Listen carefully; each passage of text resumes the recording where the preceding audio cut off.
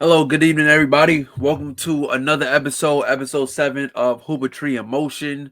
You have myself, the host, Amasha Damas, aka 74 and 7.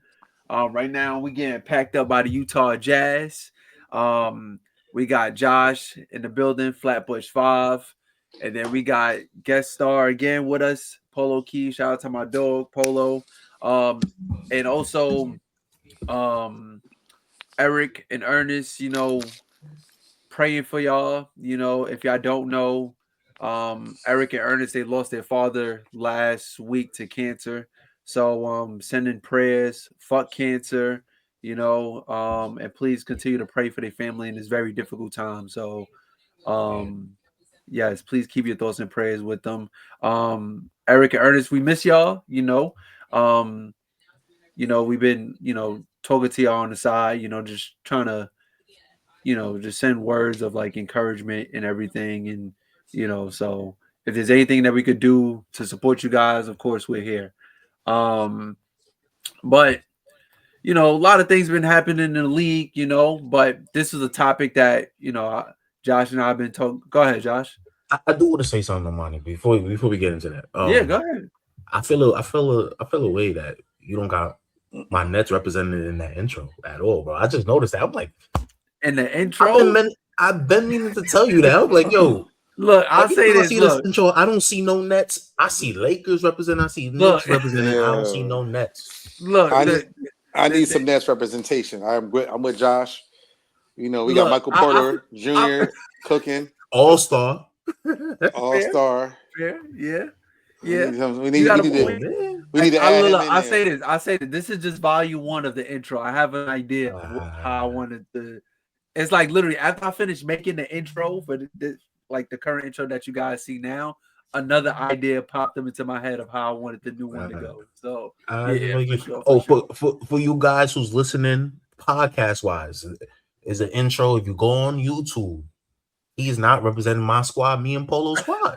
It's They crazy. don't they don't give us no respect, man. They don't give us no respect, Yo, man. I that's a different I, rabbit I, hole. I don't want to. you know what? At this point in my life, I'm just used to it. I'm just A different I'm rabbit hole. I'm used to You the know. mistreatment at We're this point in my projecting. We're life. projecting, Polo. We're Nah, projecting right now. I feel Right. y'all. But appreciate you guys tuning into the show, Hoopertree in Motion. Make sure you like and subscribe. We're on every single platform. We're on Yes, YouTube, sir. obviously, Twitter, Subscribe. Instagram, TikTok, and now we're on Spotify, Spotify. Yes, sir. Subscribe. Yes, Subscribe. Apple sir. Podcasts, Uh-huh. Amazon Podcasts, Uh-huh. everywhere. We everywhere Yeah. now. Like Anywhere so. you could find a podcast, we there. So appreciate you guys for tuning in. And yeah, like hit us up on Twitter, hit us up on TikTok, share your thoughts and opinions. A lot of great conversation. At the end of the day, we just talk hoops, man. Um, Yes, sir. but Yes, sir.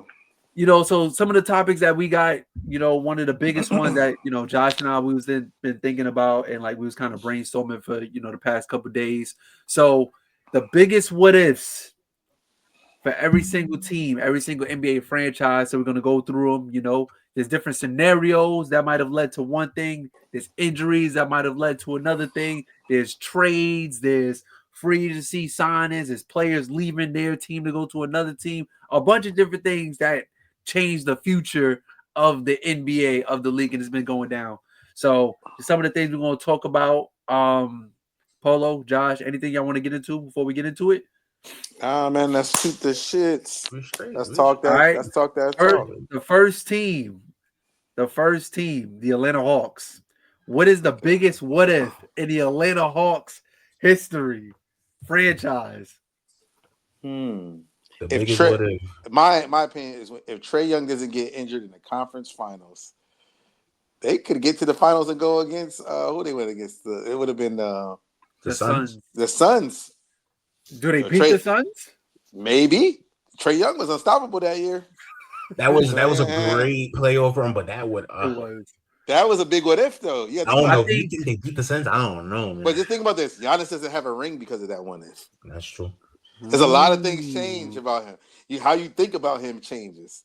So Mhm. that's the biggest what if in my, and like at least recently, because I can't remember what Dominique was doing like that. Mhm. And I was too young. And then the Joe Johnson in them years, they were competitive, but there was nothing too crazy. And then the Kyle Korver seasons and You said Al Kyle Horford, Korver season is bad. they was going against LeBron. No, even without LeBron, they still would have probably lost. Remember, they was calling them the Spurs of the East.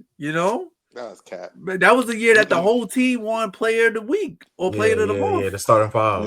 Yeah, they had 4 players that made the All-Star team that year. No, they did. Amari Carroll at that. They had that's crazy.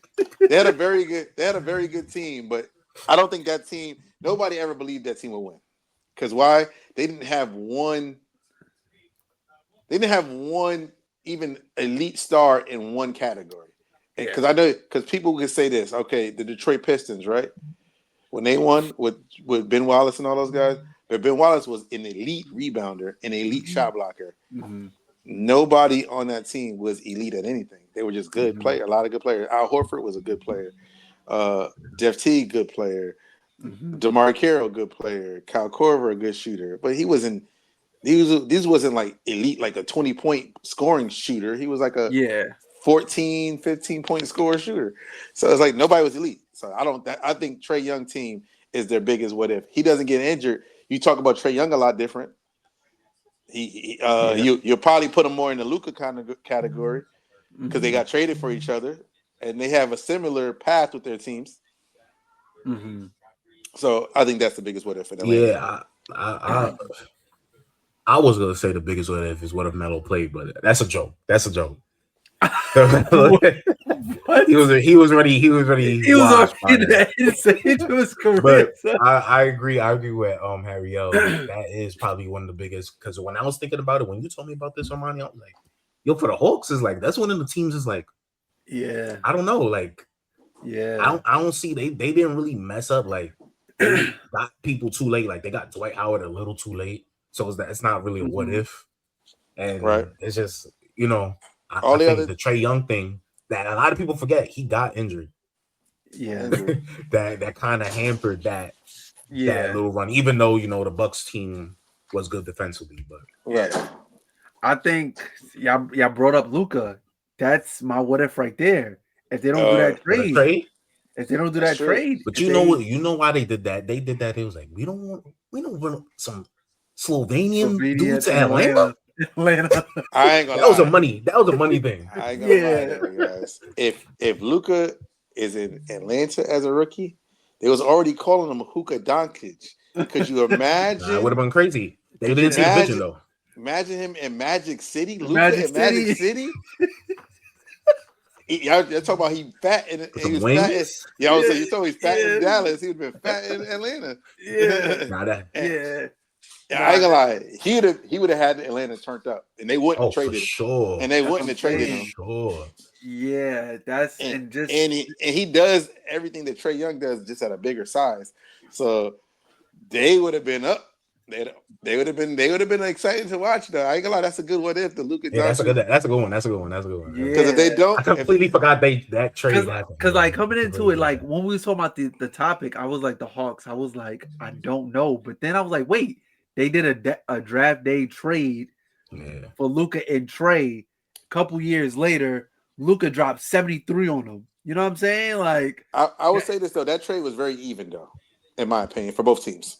Both teams had historical highs with the players that they traded for each other.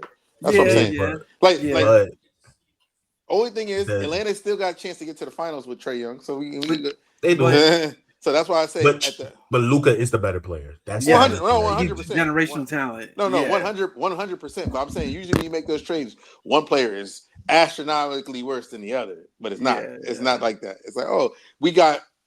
I think for the size that Trae Young is, and the kind of player he is, they got the most that you could get out of him in that time frame. Mm-hmm. And I feel like Dallas got the most out of Luka, and both of them got to very far highs in their franchise careers. Yeah, in my opinion. I don't know if the Atlanta Hawks been to the conference finals before that. Were they in the conference finals before that? That's with the team. They lost to LeBron. Yeah. So the thing about that, they didn't even have. I would say this. Did they make the conference finals, or was it? They did. Okay. Think about this. That team was way more loaded than this team was. Yeah.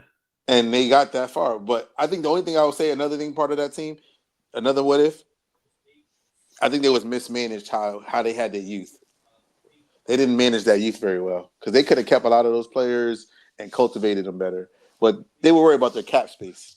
Yeah. Who, John Collins? Yeah, I think they mismanaged all of that. But the John Collins thing is, I think he had like problems with right. Trey. I think him and Trey had like a locker room problem. Yeah. I agree. All right. Next team, the Boston Celtics. So many what ifs. Yeah. The biggest most championships in league history. A bunch of Hall of Famers. A bunch of Jersey banners up there. They're running out of numbers. Let's just say the biggest what if to them is Len Bias. If he didn't sniff coke that night. Right. I agree with that one. Because they was talking about Len Bias saying he's a 6'9" Jordan. That probably changes the course of that franchise. They probably never even get Paul Pierce. They probably never get Paul Pierce if he doesn't use cocaine. How much more rings does Larry Bird win? Right. And I think with that being said, I don't think Magic wins anymore. Well, it's a possibility. Possibility, yes. Possibility. But and how much does Jordan win now? You know what? I don't think this affects Jordan too much because Jordan doesn't win to the 90s. Yeah. And even then, Bird was done. Bird was done after 88. He was done. That back was over. But if they saying Len Bias was Jordan just taller. But you got to think about it. He was done. You have the replacement. But Kevin McHale was done too after 88. Remember, he had that foot issue. He had the Jones fracture. That's when they had bad shoes and bad technology. That whole team had ran its course by the end of the 80s. It wasn't just Bird done. McHale was done. He was never the same. He had bad knees, bad feet. Robert Parrish was done. Len Bias might give them extra rings in the 80s, but I don't think it affects Jordan as much. Maybe they knock it because Jordan wasn't doing nothing in the 80s. He was killing, but the Bulls wasn't really making much movements. They didn't make their movements until the 90s or the 88, 89 season going into the 90s. Mm-hmm. You know, so I don't know if it affects Jordan as much. That's a good one. But it might affect the Sixers winning because they won in that time frame. It's a lot of teams that won in that time. Yeah. The Lakers. I was gonna say Pistons. The Pistons may not win. I was gonna say if the Celtics don't trade Terry, Pierce, and KG to Brooklyn for those picks. Oh yeah, we have Tatum and all those guys. Exactly. They possibly.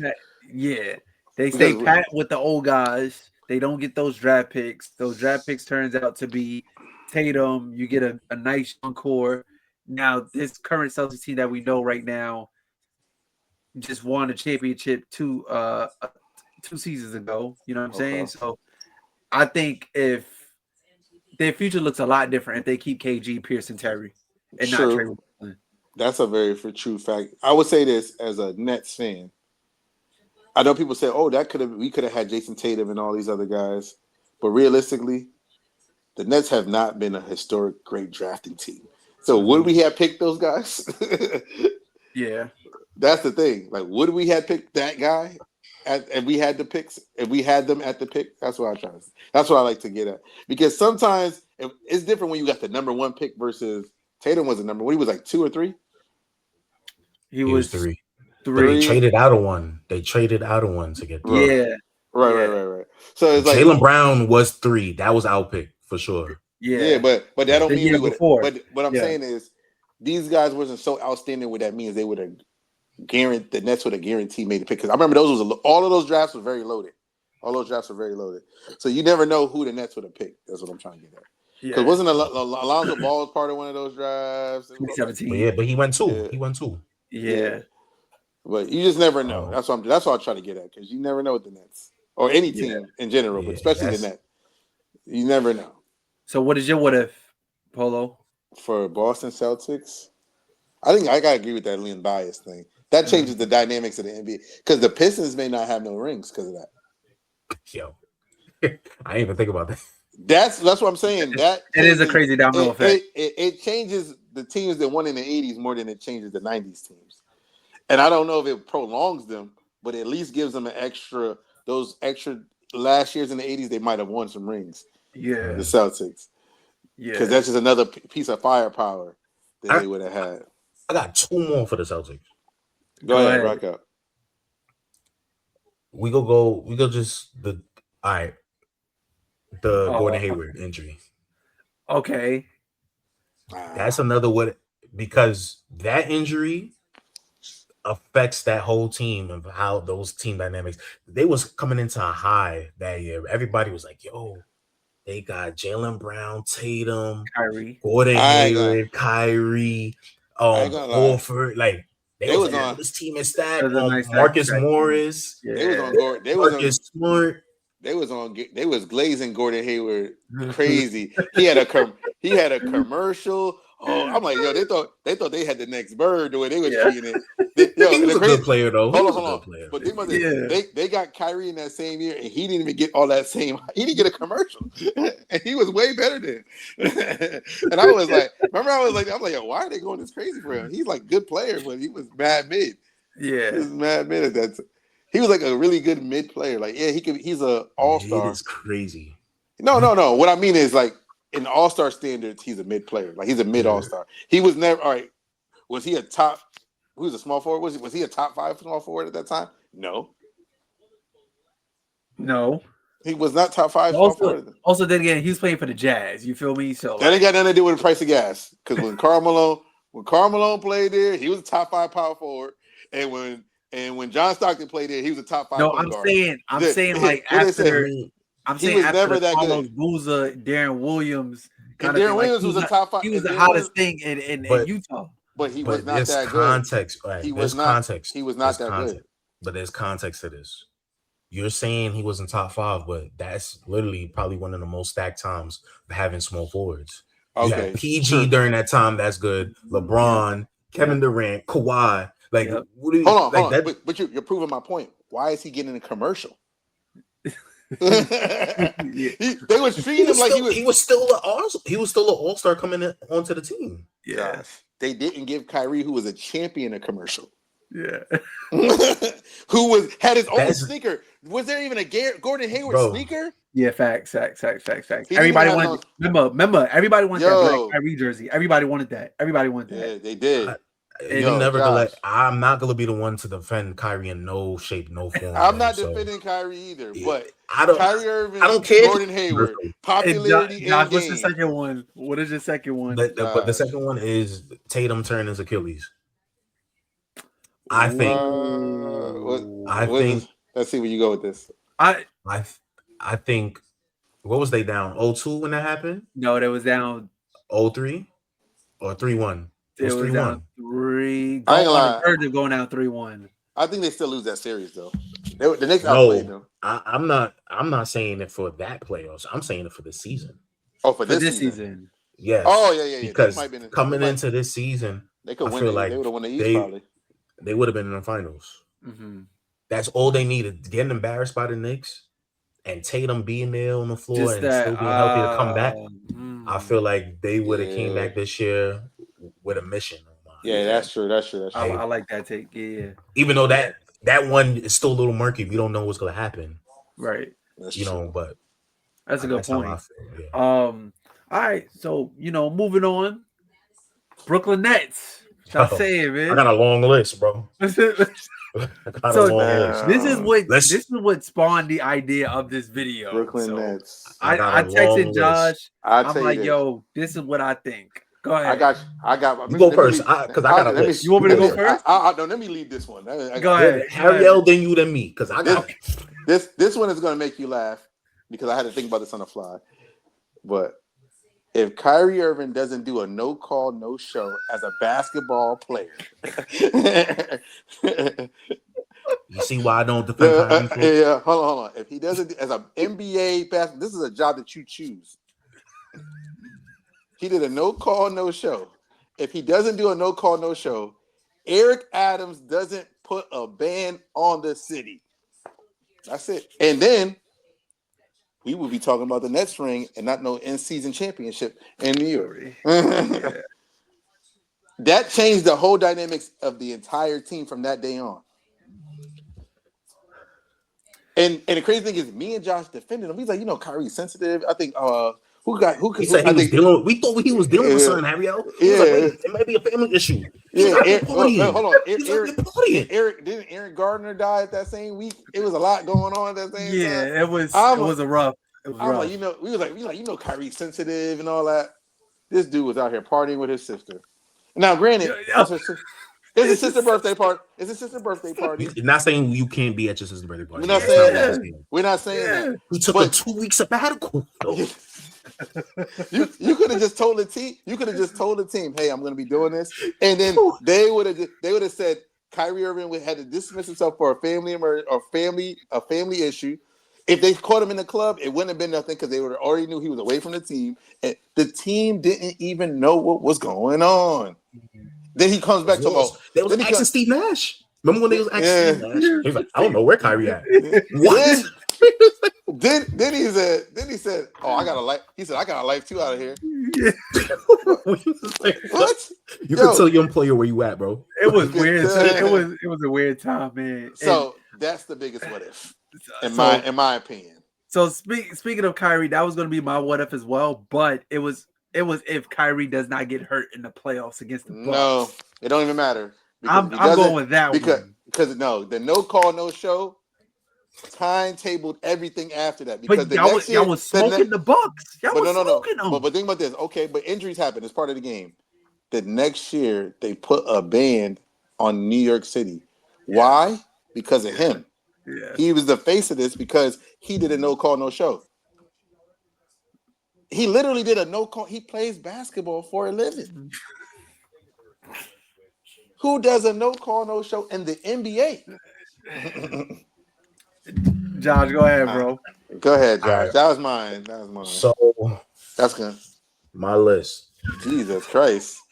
I said, hit a book. He got a scroll. It starts from the inception of the Nets. The Nets, once upon a time, guys. I know where we're going with this. Join it was a merger for the ABA NBA. The Nets are one of the most popular ABA teams at the time. Yep. We got Dr. J. Of course, we're coming into the NBA. We want to make some noise. The biggest what if is if the Knicks weren't haters. And this is why this is just one of them. The Knicks saw the Nets was coming in. The New York Nets at the time. I don't know why people always saying, y'all Jersey's team. This is a New York team. Originally a New York team. The Knicks were hating so much they charged us a fee for coming into the NBA and being in that Knick territory. That is correct. That is correct. And then on top of that, they was like, you got to trade Dr. J. That would have been my second one, honestly. You got to go. And this is gonna go alongside the Knicks' biggest what if too. The Nets was like, okay, we'll offer you Dr. J here. And they was like, no. Then they trade him to the Sixers. So that's the first biggest what if right there. The Nets coming into the NBA without Dr. J. You know how that changes out. If we come in with Dr. J, that changes our dynamics. Our franchise is more beloved and more appreciated. Mm-hmm. And Dr. J is going to be at our games rather than Sixers games all the I don't want to curse all the time. And then, all right. And then the way New York, the Nets even looked at in New York is a lot different. Mm-hmm. Different because he's a New York legend. He's from New York. I am so tired of when I hear these ignorant Knicks fans go back to Jersey. We've been here. We was here first. Yo, go ahead, bro. Go ahead, Josh. All right, next one. So this is how you know the Nets are it's just bad luck at the bad luck. But we're gonna change it soon. But it's bad luck after bad luck. So years pass by. You know, the Nets got Kenny Anderson, Derek Coleman. Then they got this guy, Drazen Petrovic.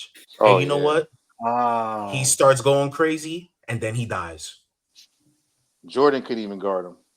Mm-hmm. We lost our budding star player in the offseason after he had his first great season with us. Mm-hmm. He dies. Another what if. That's one of the biggest what ifs. Drazen Petrovic. Go look up any player that played against him.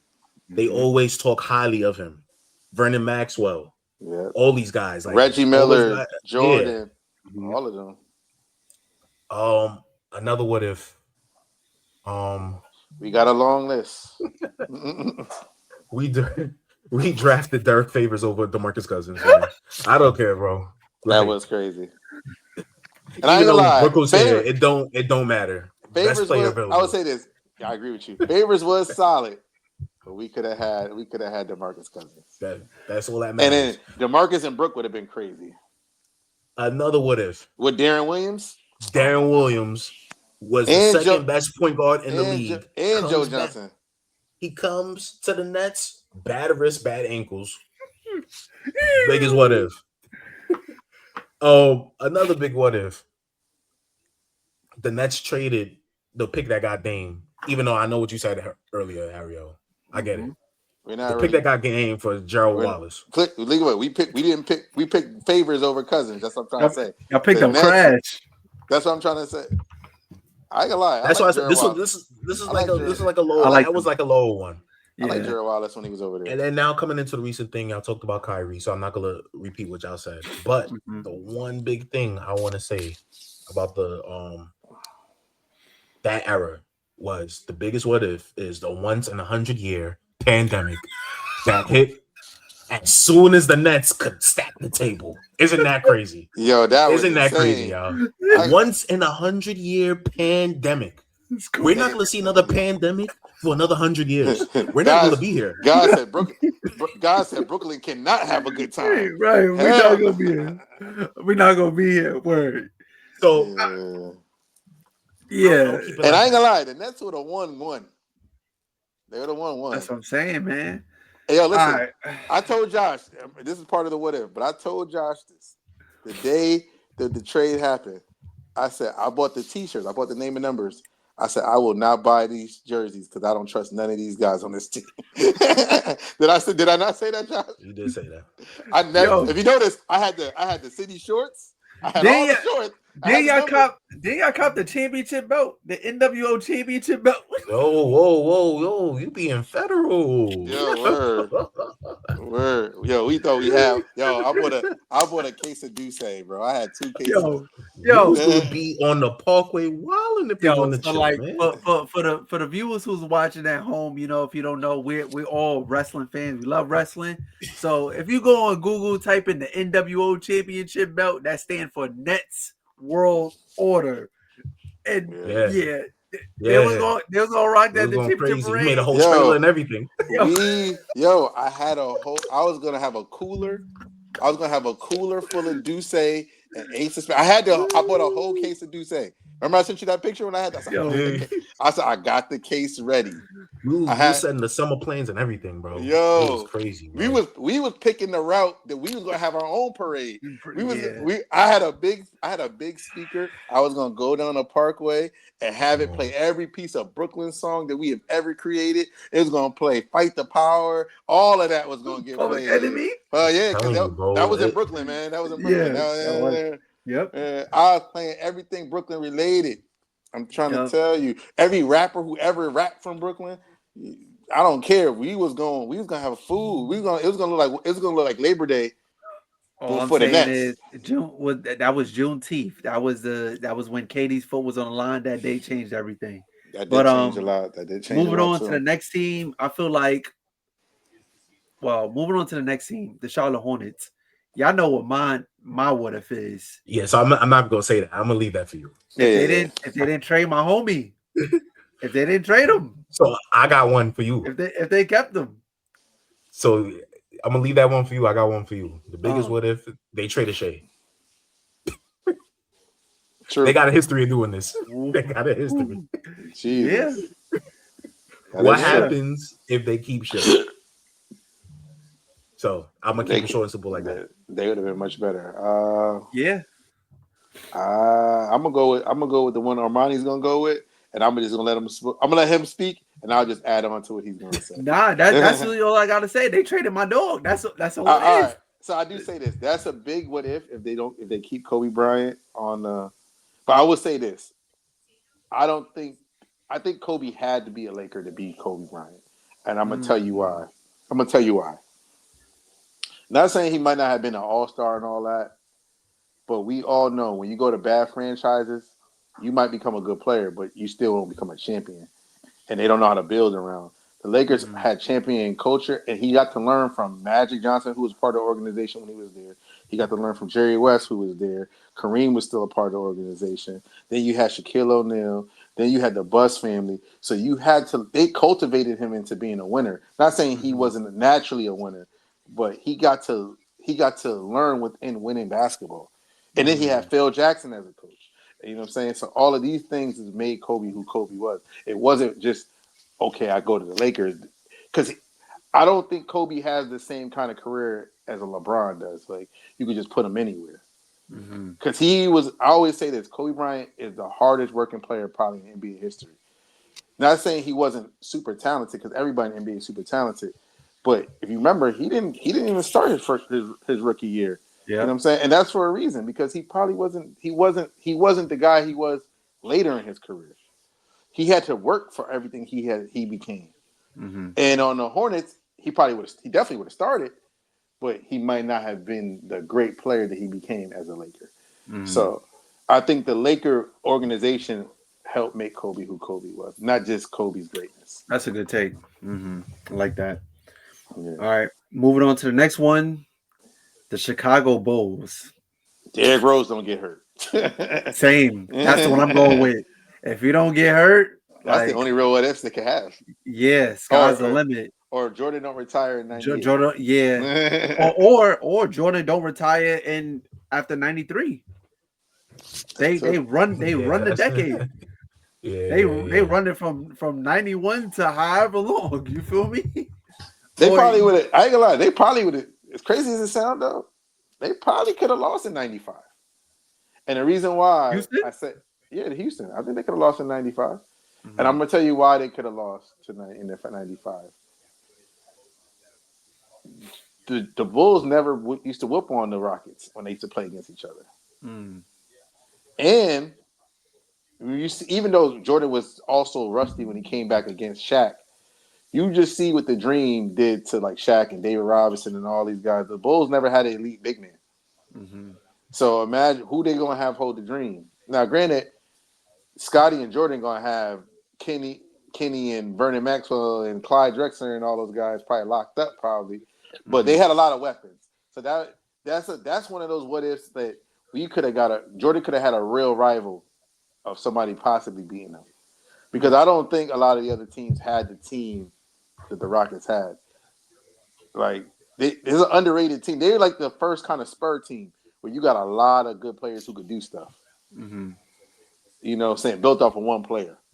And the Dream will be the equivalent of Tim Duncan. So that's why that what if is a big thing. Like, could the Rockets have beat the Bulls in a Game 7 series? We don't know. Or could the Bulls could they have won at least 7 rings if they don't retire in 99?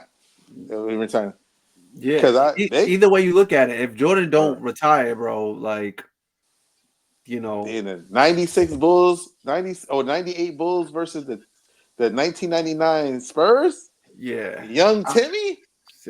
I'm going with D-Rose just for the sake of his career. Yeah, it's and just for and just also just for the obviously the sake of the Chicago Bulls, because like what they was going up against Philly that year in what was the first round, he get hurt. Right. They beat Philly. You know what I'm saying? They end up losing to Philly. So I think they go on and possibly they possibly could see Oklahoma in the finals, possibly beat them. So Josh, you go. I agree. I agree with that, because they look at Tips different now.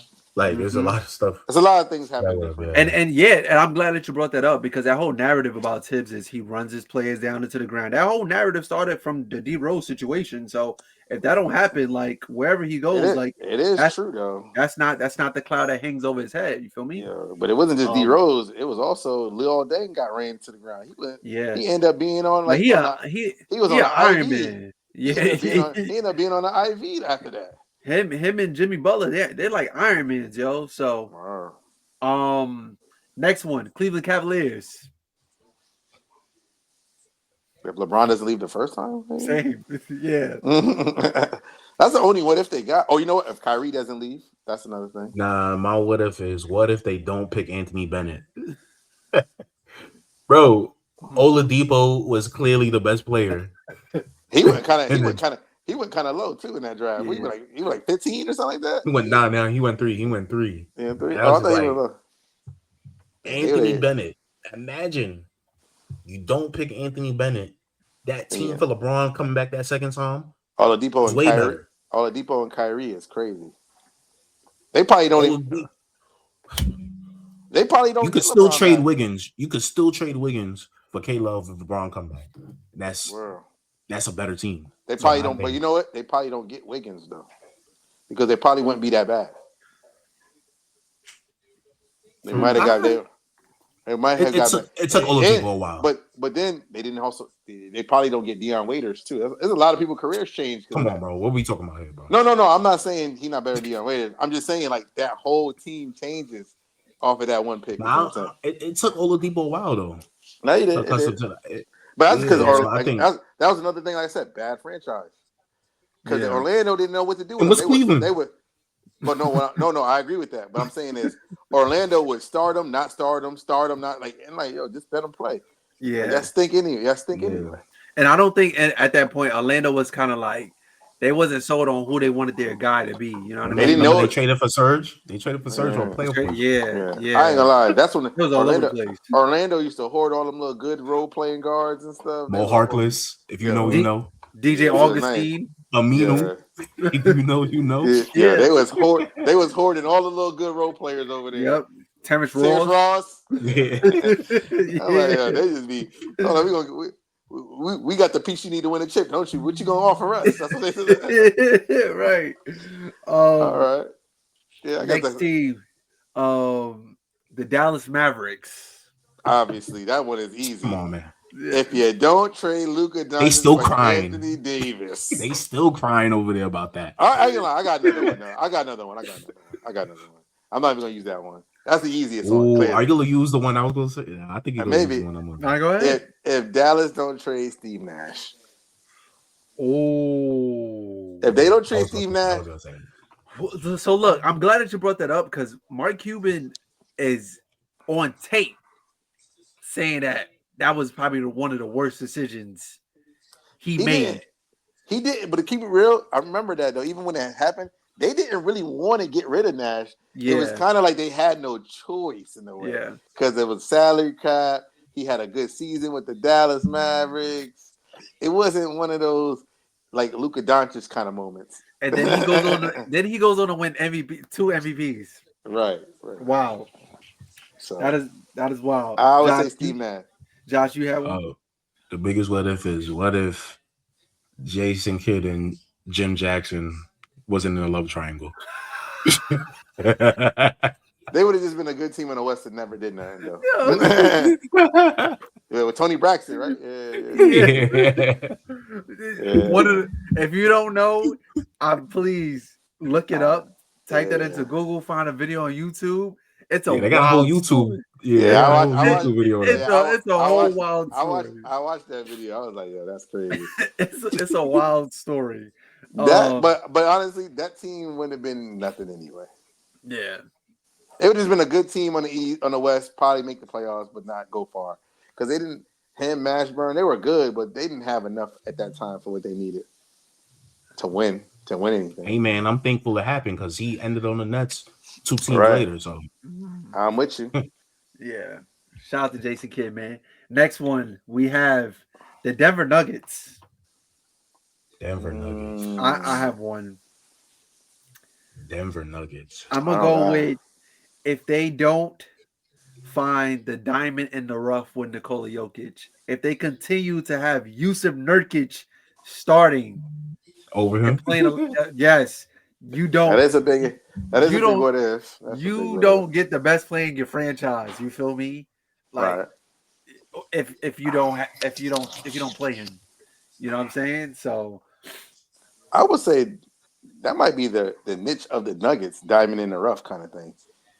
Because I feel like that was when they picked up Mutombo too. That was another diamond in the rough kind of pickup. Mm-hmm. That might be their little niche. And there's always a big guy with them. Yeah, But I just to your point, I just think like you obviously you looking on a scale yeah, like no disrespect, Jokic is light years. You know what I'm saying? Doing he's their astronomical things, he's brought their them a best player ever. championship. You know what I'm saying? So like the whole offense is catered to him. It's surrounded by him. You know what I mean? So if you don't figure that out, like whoever was on that Denver Nuggets roster in the front office from the scouting team, whoever was like, you know what? I think this guy should play more minutes. I'm about to break it down even more. I got to add on to that what if, and it goes back to one of our third or second pick on this. If Kyrie Irving doesn't do a no call, no show, they don't get Bruce Brown. Oh, come on, man. Oh, come on, man. Bruce Brown was a part of the reason why they won that shit. Yeah. And it always comes first circle to that one. That one move made another champion. And DeAndre Jordan got a ring with him too. Both of them was on the net. Yep. So my what if? And they had Green. And Green, yeah, come on. They don't get both of these guys. He's talking from the perspective of a net fan. No. One no call, no show made the Nuggets a champion, bro. I don't know how big this was because I obviously I wasn't watching basketball at this time because I was just born this year, but let's see where this goes. Abdul Route. Abdul Marul. Yes. I think that's one of the biggest what ifs because a lot of people said like he was that good, but they made it a national thing saying that he wasn't standing up for the anthem. Mm-hmm. And I think he got suspended for it, right? Mm-hmm. So I think, and I feel like that messed up his play because he was playing good at that time. So I agree. That's one of the biggest what ifs for them. He could have been a Hall of Fame player probably if it wasn't for that, or at least a more well-known player because he was really nice. If you don't know his real name, his original name, Chris Jackson, right? Chris Jackson. Yeah. So for people who don't remember, but he was really good. I would say this: if he wouldn't have even been a Hall of Fame or All-Star player, he would have been like how people look at Rod Strickland. Like he would be a player you would never forget. So that is a big what if they don't, fumble his rights to be who he want to be. Mm-hmm. Who knows how his career pans out. So I like that one. I forgot about that for a second. Yeah. Next up, we got the Detroit Pistons. Shoot, if they pick Carmelo Anthony, they might have had a couple of rings. Yeah. Melo's career is different. Yeah. Carmelo Anthony is easily a champion, at least one-time champion. That changes the dynamic. I can't think of anything else for the Pistons. Yeah, that's the only one that really sticks out to me right now. Oh, yeah. I got another one. If Isaiah Thomas doesn't break his foot in the finals that year against the Lakers, they have 3 trips. He dropped 40 on them. Oh, against the Lakers. That's another thing that changes that franchise. Yeah. Oh, another one. If they don't trade, what's my son start Dennis Rodman? Not Dennis, offensive player. The microwave. They call him microwave, right? Yeah, dang, I know his name too. It's crazy. Adrian Dantley. Hold on. If they don't trade Adrian Dantley, we're missing one. Grant Hill. Come on. Oh yeah, Grant Hill doesn't. If he don't get the prototype, yeah. So, but Grant Hill got 2 of those stops. You could say that for them or Orlando. Yes. Yeah, he got 2 of those.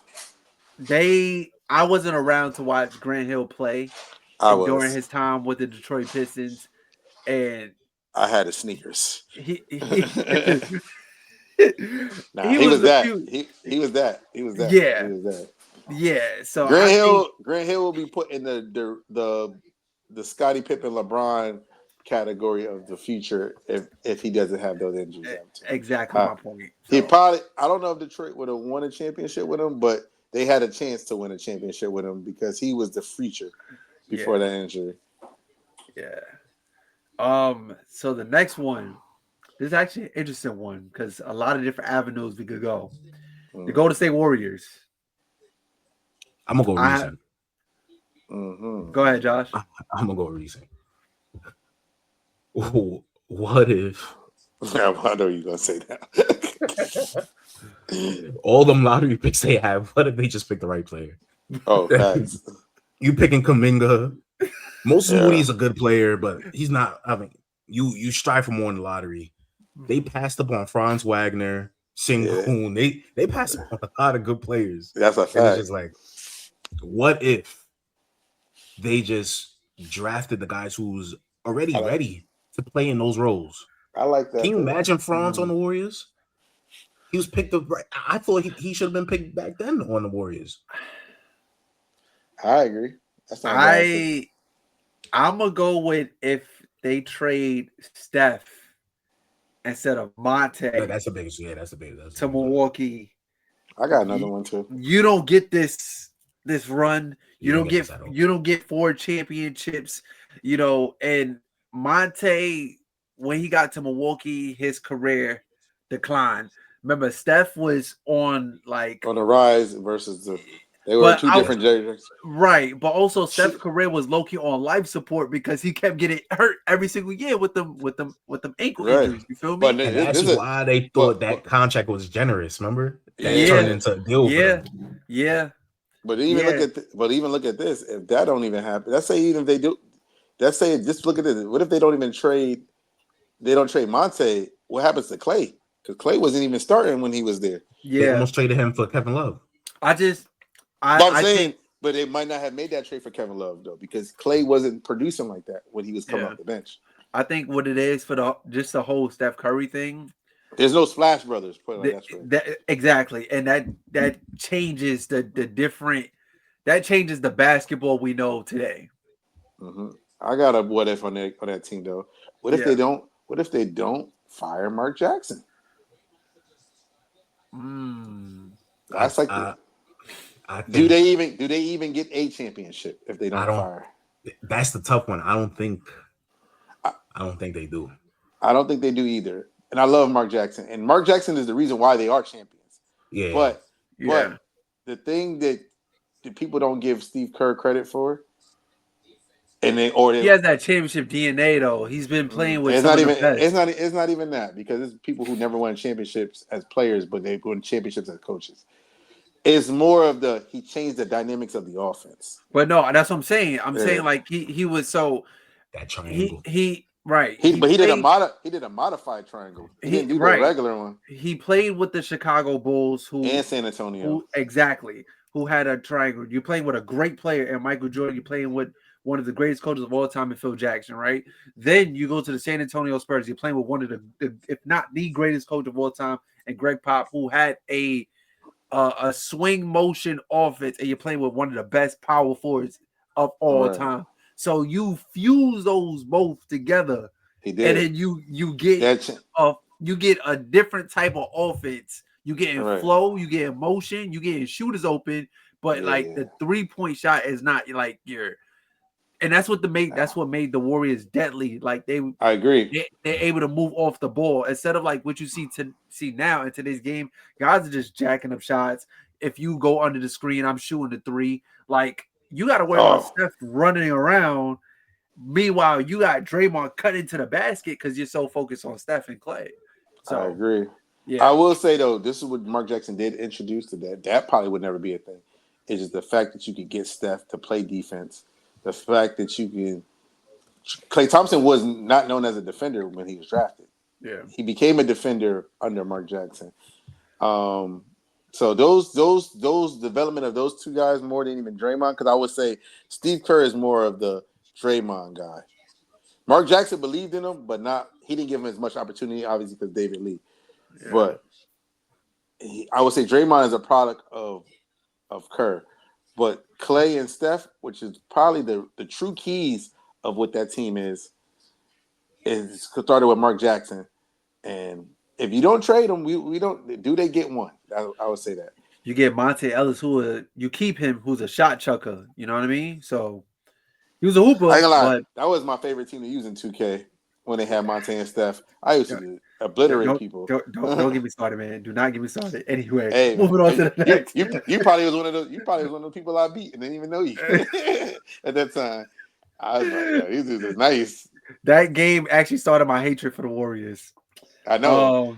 Shout out to my homie. Shout out to my homie Keith, man. Anyway, the Houston Rockets. This could be their biggest what if. I have three, but I'm only going to go one. It's Ralph Sampson. That boy, you see how they talk about. I'm not saying he was Wemby, but you see how they was talking about Wemby. If you look at Ralph Sampson highlights, you be like, yeah, he was nice. Oh, what is that? He was 7'5", running the floor. They had him and Hakeem. Hakeem was the 4. Right. Yo, bro, that was the Twin Towers. That was Twin Towers. That's a big one. Yep, that's a big what if to me. If he stayed healthy, I want to know what that Houston team would have been. That is a big what if. I like that one. Yeah. I was gonna go with the Houston Rockets as a whole, as a unit, jacking up 27 threes. If y'all don't do that, yeah, that was crazy. Yo, if y'all don't, if y'all don't do that, y'all win. I ain't gonna lie. If that didn't show just go to the paint. I ain't gonna lie. If that didn't show the NBA the foolishness of the revolution of the 3-point, I don't know whatever would. And that's I literally just spoke about it. Like you see the difference how like the Rockets and the Warriors was the two powerhouses in the West, had two of the best offenses in the league, right? And they both prioritize the 3-point, but they prioritize it in different ways. They get them in different ways. I would say this: Golden State biggest weapon was a 3-point shot, but that wasn't their only weapon. Exactly. Yeah. The Rockets said this is our only weapon we're going to use. Isolation, or get directly to the rim. People don't realize there was nothing in between. Not even those years that Golden State was winning. That Steph Curry, even though he led their team in 3-point made, he also led their team in points in the paint and mid ranges, except for like the KD years, because KD was the leader in mid range shots on that team.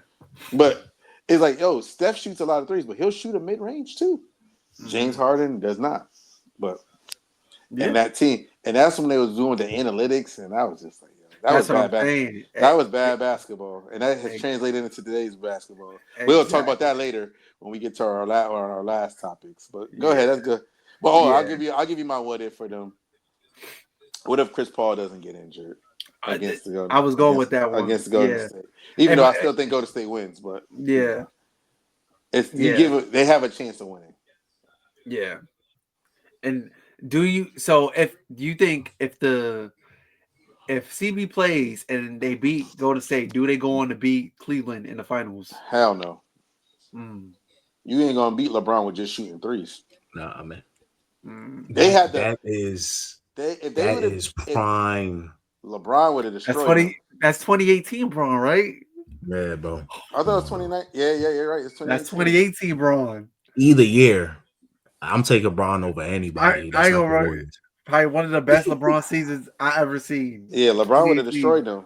Yeah, because think about this: James Harden is a historic playoff flop.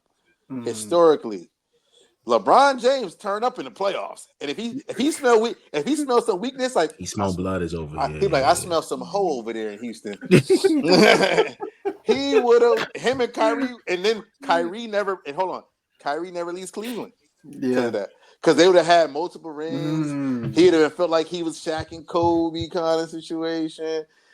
Kyrie probably get a final MVP because he would have been dogging James Harden out. Or Chris Paul guarding Kyrie getting worked out.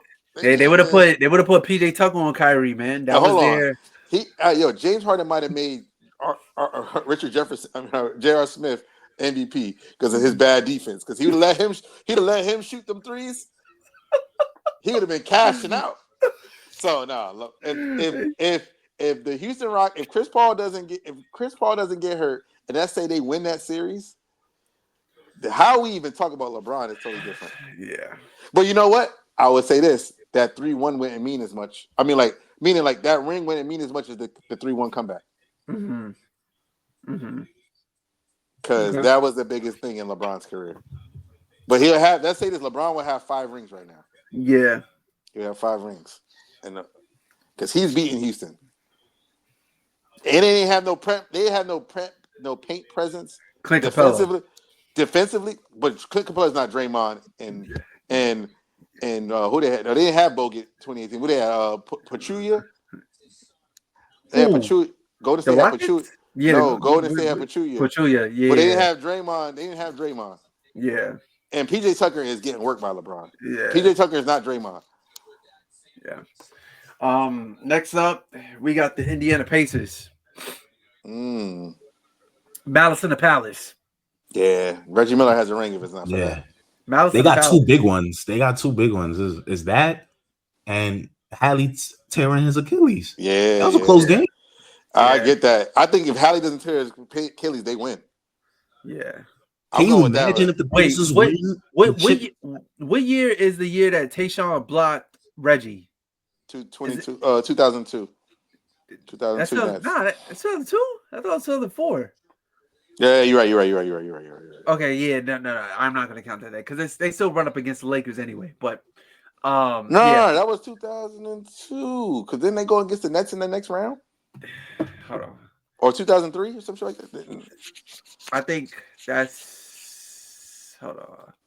Mallet. Hold on.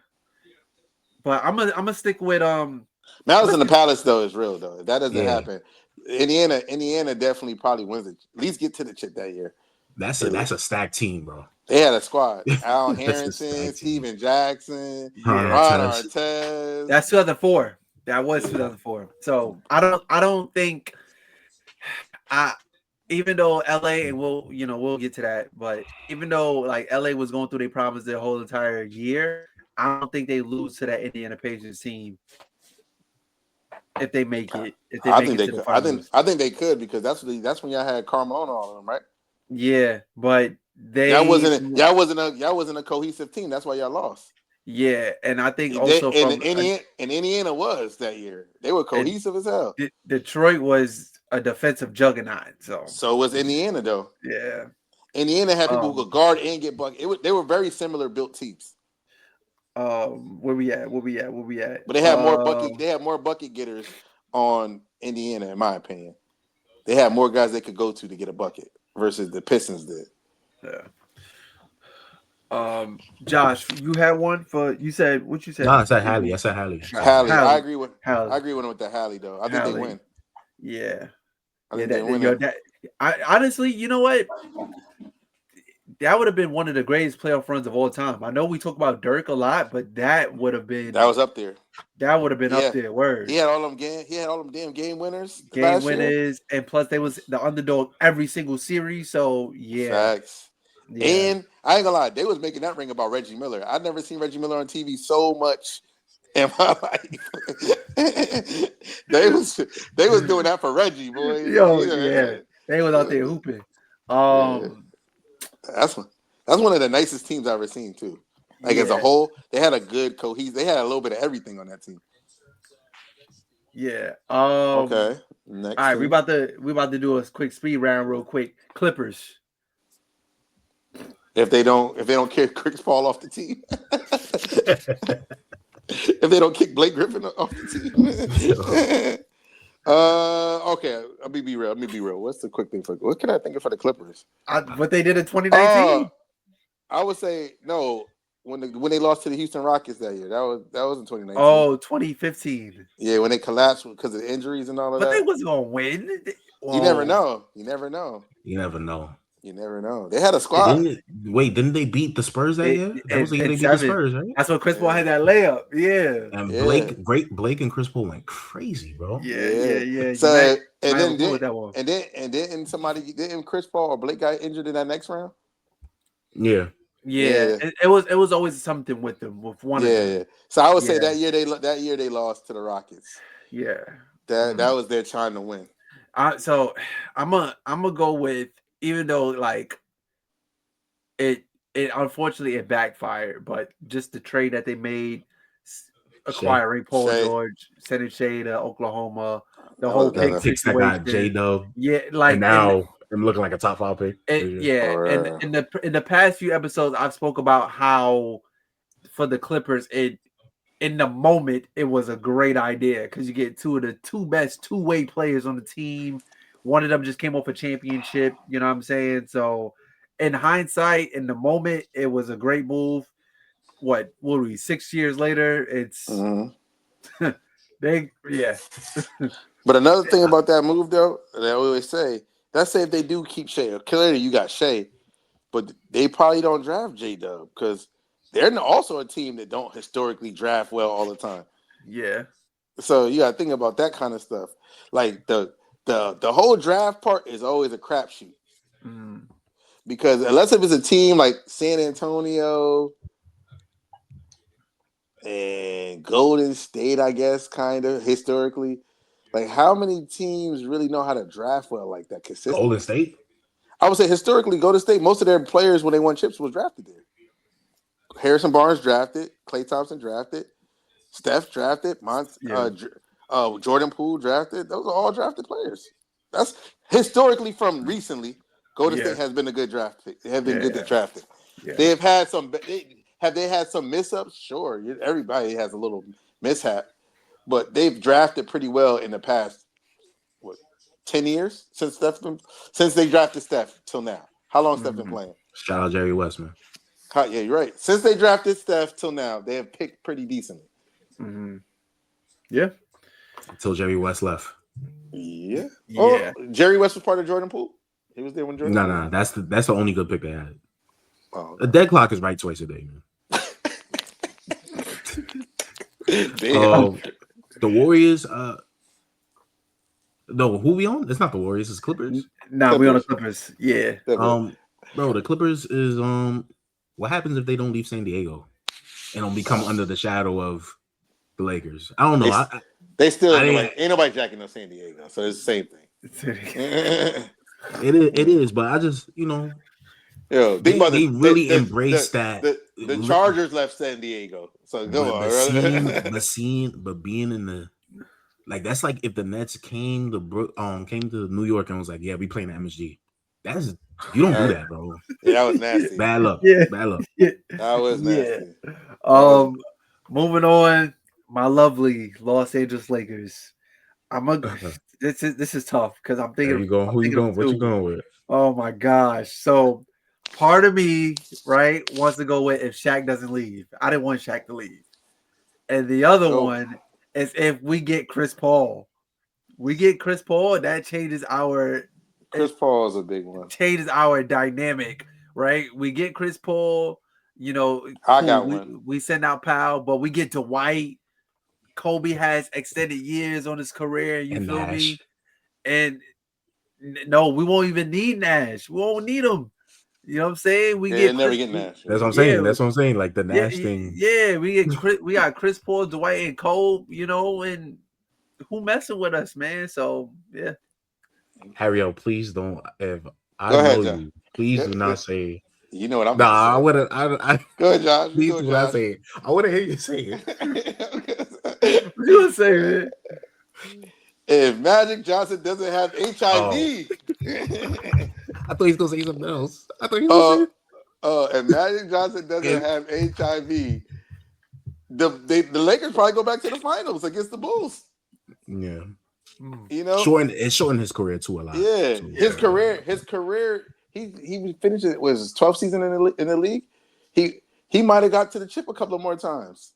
Yeah. So if Magic Johnson doesn't catch HIV, that changes the dynamic of the Lakers quite. I think also and how we talk about Magic Johnson all the time. Yes, because I was looking at the assist board, the assist all-time career assists.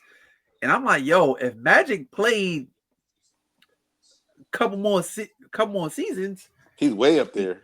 That's what I'm saying. Exactly. Yeah. And on the triple-double stuff. He way up there on the triple-double stuff, too. Because he got, for the longest, I don't think he has it anymore, but he used to have the most playoff triple-doubles for a long time.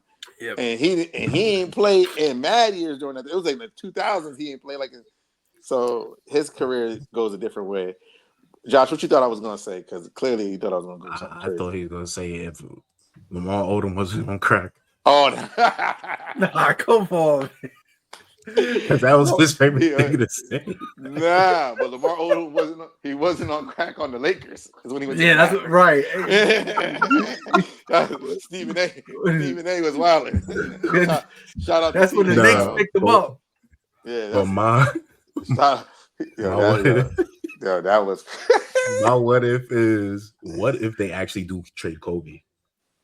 Oh yeah. Oh, in 2007. Mm-hmm. Yeah, that changes the Lakers. That changes the Lakers a whole lot. Yeah, I think Omani would have cried. I might would be like. He'd be a Bulls fan. He would be a Bulls fan. He'd be a Bulls fan. You would have been a Clippers fan because he said the Clippers are Bulls. Bro, you trade Shaq and then you trade Cole. Oh yeah, if they had social media there, he'd have went crazy. Like remember when they made that? Remember when they traded Jordan Clarkson and all of them to Cleveland, bro? Yeah, if you can find that, please clip that up and put this in the clip. I wish I saved that voice note, but I hope it's on my old phone. Yo, that was a funny. If you can find it, I remember that. If you can find that clip, please send that. They get up from the grave, man. I had just got an iPhone at that time. Boy, I remember hearing that. I'm like, Armani was going crazy. They get up from the grave, man. Next, we got the Memphis Grizzlies. Okay. If Ja stopped holding guns, he would be the face. He would be the face of the NBA right now. Come on, man. It's reality. It's reality. It's recent. If he didn't hold guns, he would have been on the Olympic team. Oh, I was going to say, if they don't do that trade with us to get Pau Gasol. Yeah, the ground heist doesn't happen. If they don't give us Pau Gasol, then I don't think Kobe gets championship 4 or 5. I think a lot of things change after that, though. I think Memphis never becomes that good. I think Memphis they don't get Zach Randolph and all them other guys. But at least you still got a cornerstone. You feel me? They had him there. They only made the playoff one time. Yeah. That team flounders his talent. What year Pau got drafted? 2000. He was a rookie of the year.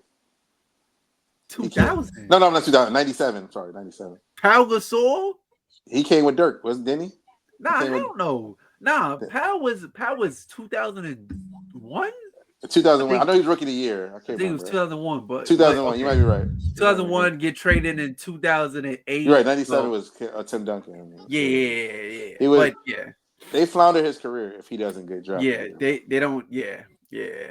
The Grindhouse. They didn't know how to be because think about it. Jerry West came over there and everything. A lot of things changed.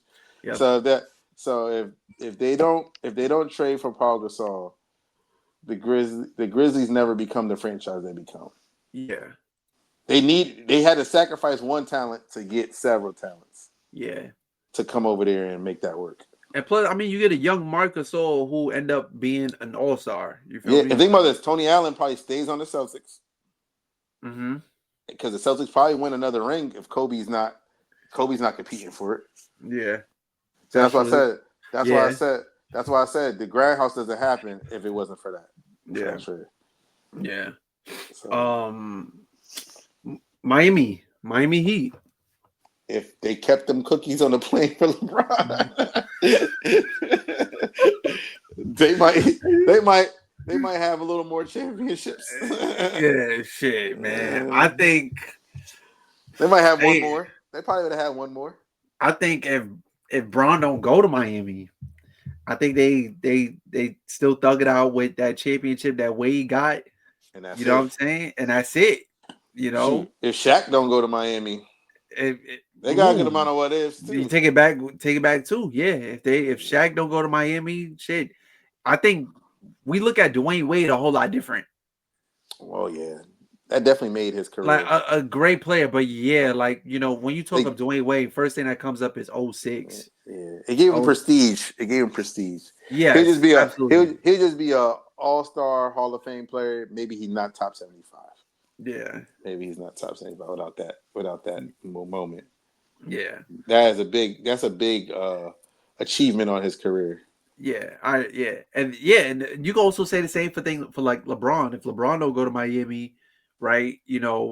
Let's say he doesn't win wherever he goes to. You know what I mean? Like he don't get his first championships. Yeah, he doesn't go to Miami. I'll tell you Right. that. Well, maybe he does. Maybe he still does. Because Yeah. let's just say this.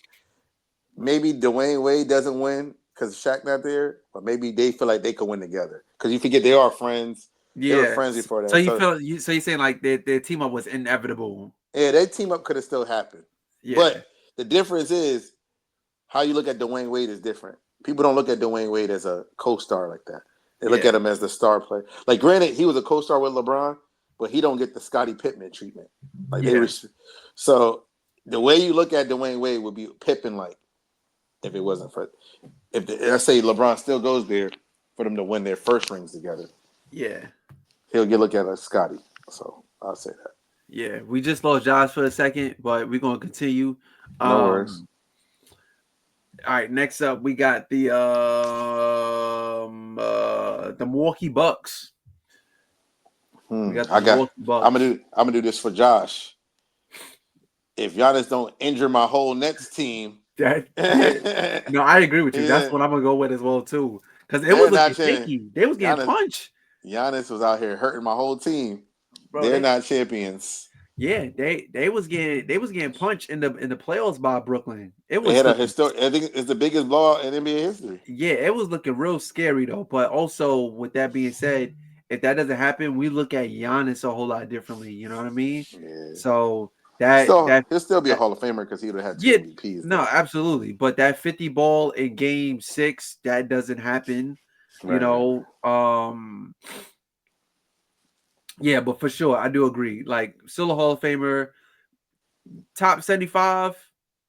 Yeah, because if probably two MVPs and a Defensive Player of the Year, they're gonna be in the top 75. And then also I'm looking at some of the other guys who made top 75, like AD and Dame. They was doing that for straight potential.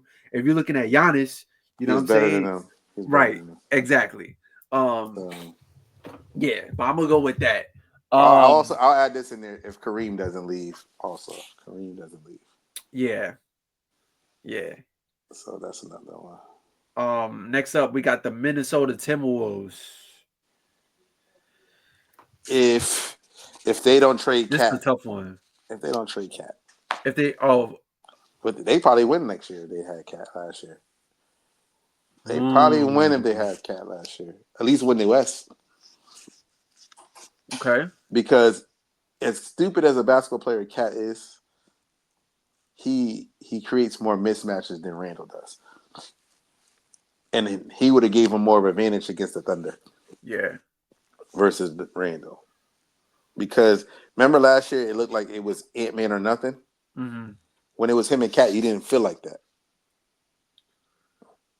Because you knew you could go to Cat in mad different kind of ways. Yeah. Versus Randall, he's only going to kill you one way. He's going left. He's going downhill. If he's hitting shots, he'll take shots. But I think that's probably their biggest what if. Because I don't think any other, like the Kevin Garnett years, I don't think they had a real legit team. I think so. I'm glad you mentioned him because I think my biggest what if for them is if they don't trade him, if they keep him. We look at KG a whole lot differently.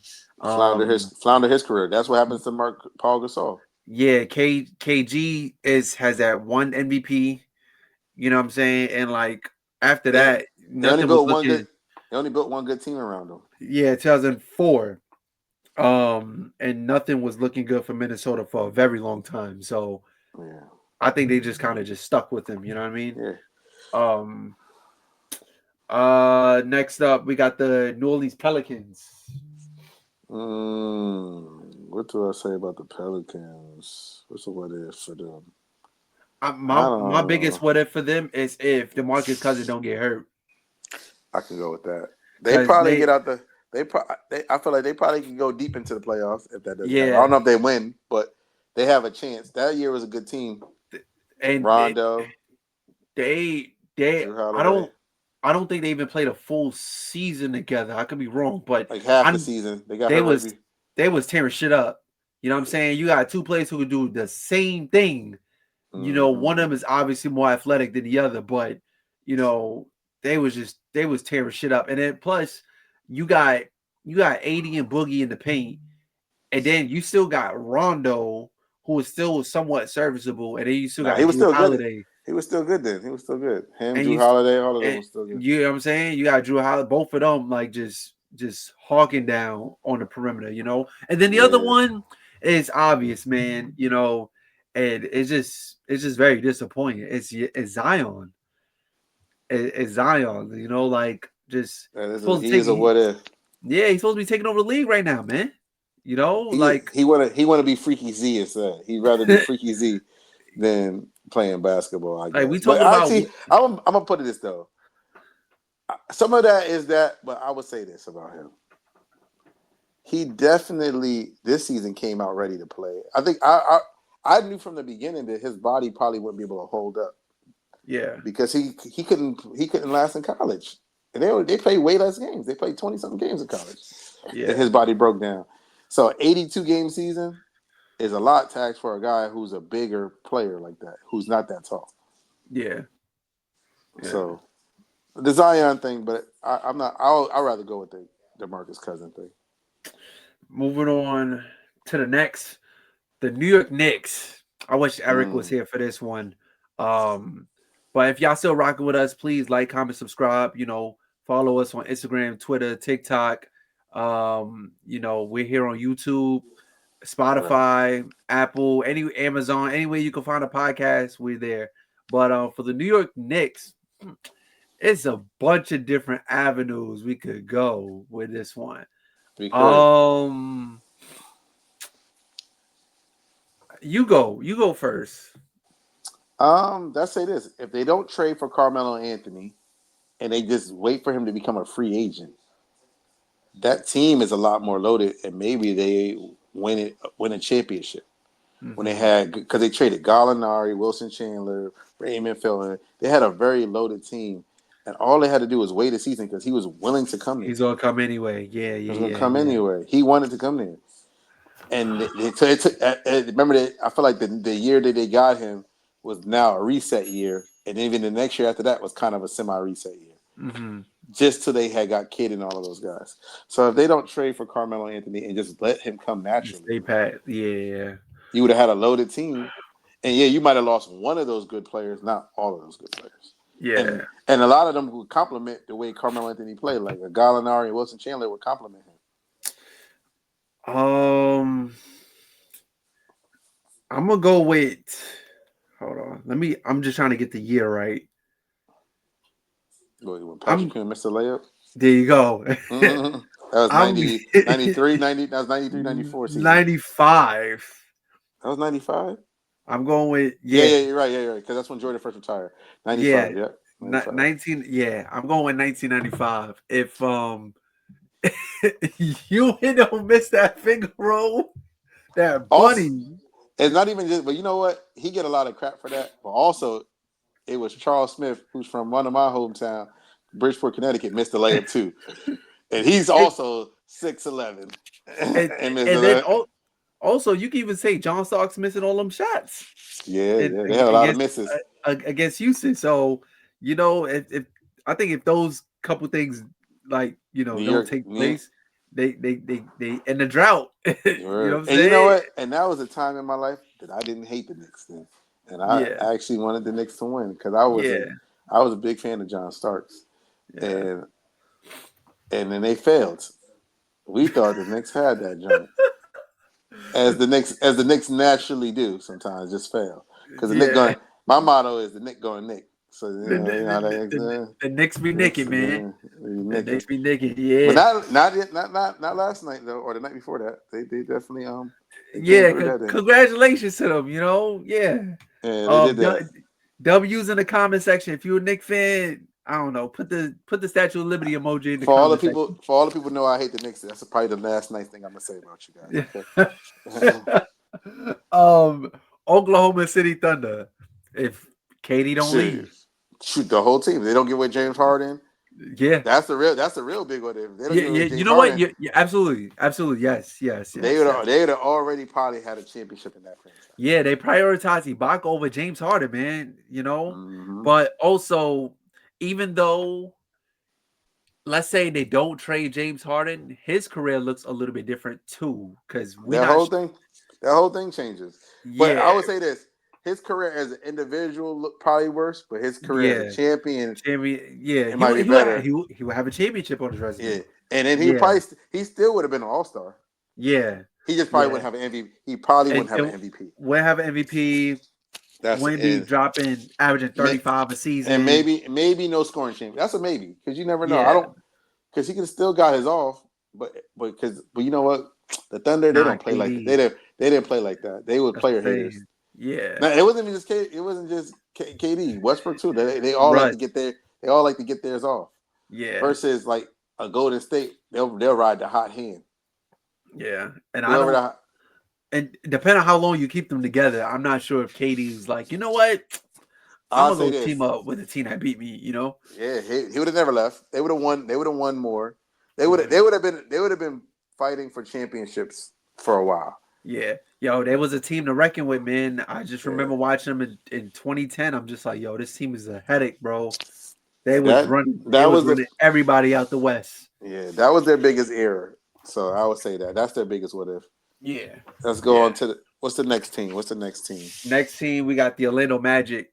Oh, Orlando that's easy. Magic. That's the easiest what if ever. Orlando Magic. If they don't if Shaq and Penny egos don't get in the way of each other, Yeah, they would have had one too.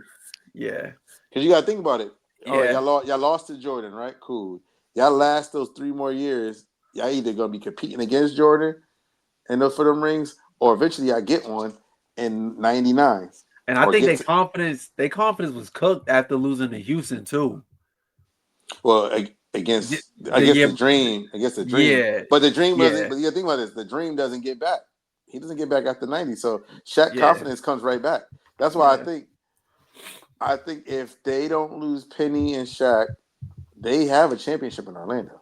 yeah, So I think those are the biggest because I feel like the Thunder they bounced back, but the Thunder was on the same trajectory of Orlando. Like you are a new franchise. You draft some you key cornerstones, franchise historic top 75 players, lose as a young team. Yeah, and lose a young team, and then you break it up, and then you never get back. And now they figured a way to break that curse, but Orlando has never been able to break theirs. yeah, So. yeah, yeah. I'm gonna definitely go with that. Shaq and Penny Hardaway button heads. Next, the 76ers, the Philadelphia 76ers. Shoot, they don't give up on Ben Simmons. That changes a lot of things. That broke his Mm, confidence. That broke yeah, his confidence. Philadelphia broke him. So I would say if they don't give up on Ben Simmons, that is their biggest. Because I can't say the Iverson thing. I feel like they rode it so they couldn't ride it anymore. yeah, yeah. I agree. The same thing with the Dr. J. The same thing even when they had Charles. So I feel like their biggest what is honestly if they keep Jimmy Butler, That's where I was gonna go. that whole Yeah, team they probably win. because I mean, you look at 2019 when Kawhi hit that shot. That game was tied, They might and have won the championship if they they. wouldn't go in the game seven. Now, I mean the trajectory that the Golden State Warriors was going on? I didn't think anybody was going to beat that team. It's just unfortunate that a timely injury of But and just think about this. Those injuries could still have. Let's say those injuries still happen. yeah, That gives them an opportunity because they could match up with Golden fair. State, They're still and, there, yeah. and And they I think they still had one of the best starting fives in the league they from definitely one did. through five. Yeah, Nobody on the starting five is smaller than 6'6". yeah. You And had they Ben Simmons at the one, JJ Redick at the two, Jimmy at no, the they three. didn't have JJ Redick in the starting lineup. They had Tobias Harris. As the No, I thought they had JJ starting. Nah, they had Jimmy Butler and Tobias Harris and Ben Simmons. Yeah, because they had Jimmy playing the two. Yeah, Yeah, yeah, and they had Embiid at the center, and yeah, then they would throw in one of them European dudes As the fours, I forgot who they. I think they had El Salvador and all of them guys. Yeah. They said, it wasn't Ilyasova. Yeah. They used to throw them in at the power forward. Ilyasova. They used to throw them in the power forward. They was going. Yeah, They was going 6'8" and up. Yeah, they had one of the best And starting then fives in the league. had JJ Redick on the team. Yeah. So next the Phoenix Suns. Chris Paul get injured in the finals, and bring in what Foster, the referee that he hates, Scott Foster. Scott Foster, and him get injured in the finals. The Suns. Oh, for the Suns, I'm going with if what year was it? When I'm assuming Steve Nash is. I'm guessing when the Spurs chucked Steve Nash to the scores table, and a few of their players got off the bench. I think that's like 07 or 06, something like that. Yeah, and a few of their players got off the bench and they got suspended. And That's a big one. Steve Nash is out here fighting with a broken nose. You feel me? Like I'm not mad at that. What if? I'm not mad at that. Yeah, because I think the Chris Paul one is a little bit more because of the injury and the coach, in the referee thing. Yeah, because they were at the pinnacle versus these guys still had some ways to go. But also, I'm not mad at that though. The Suns was also up 2-0 that year against the Bucks, and they got reverse swept. Yeah, but Chris Paul got hurt, and then the Scott Foster thing. It was two things that happened in one. Yeah. As I'm saying, versus the Spurs thing, they still had a mountain to go. Wasn't that even in the second round? That wasn't even in the conference finals, I don't think, right? When they went against the Spurs? When they lost against the Spurs? That might have been like the second round, but you eliminate them. That's the head of the snake, though. But you forget that was one of the wild West. You still had some ways to go. Yeah, you still had some ways to go. That's what I'm saying, because that's the West is always about matchups. Yeah. So that's why I'm saying, that's a big what if, but I think the Chris Paul is bigger. Okay. Because they were already there. They was up 2-0. Yeah. Portland. The Portland Trailblazers. They got mad. I must go with Brandon Roy getting injured. Yeah, Brandon Roy getting hurt. I just think that Brandon Roy and Greg Oden, or you can even go further back. You could go them not drafting them drafting Jordan. Them not drafting Jordan. They picked Sam Bowie. But all right, that's not a realistic what if, and I'm gonna tell you. Or matter of fact, or even that they draft KD.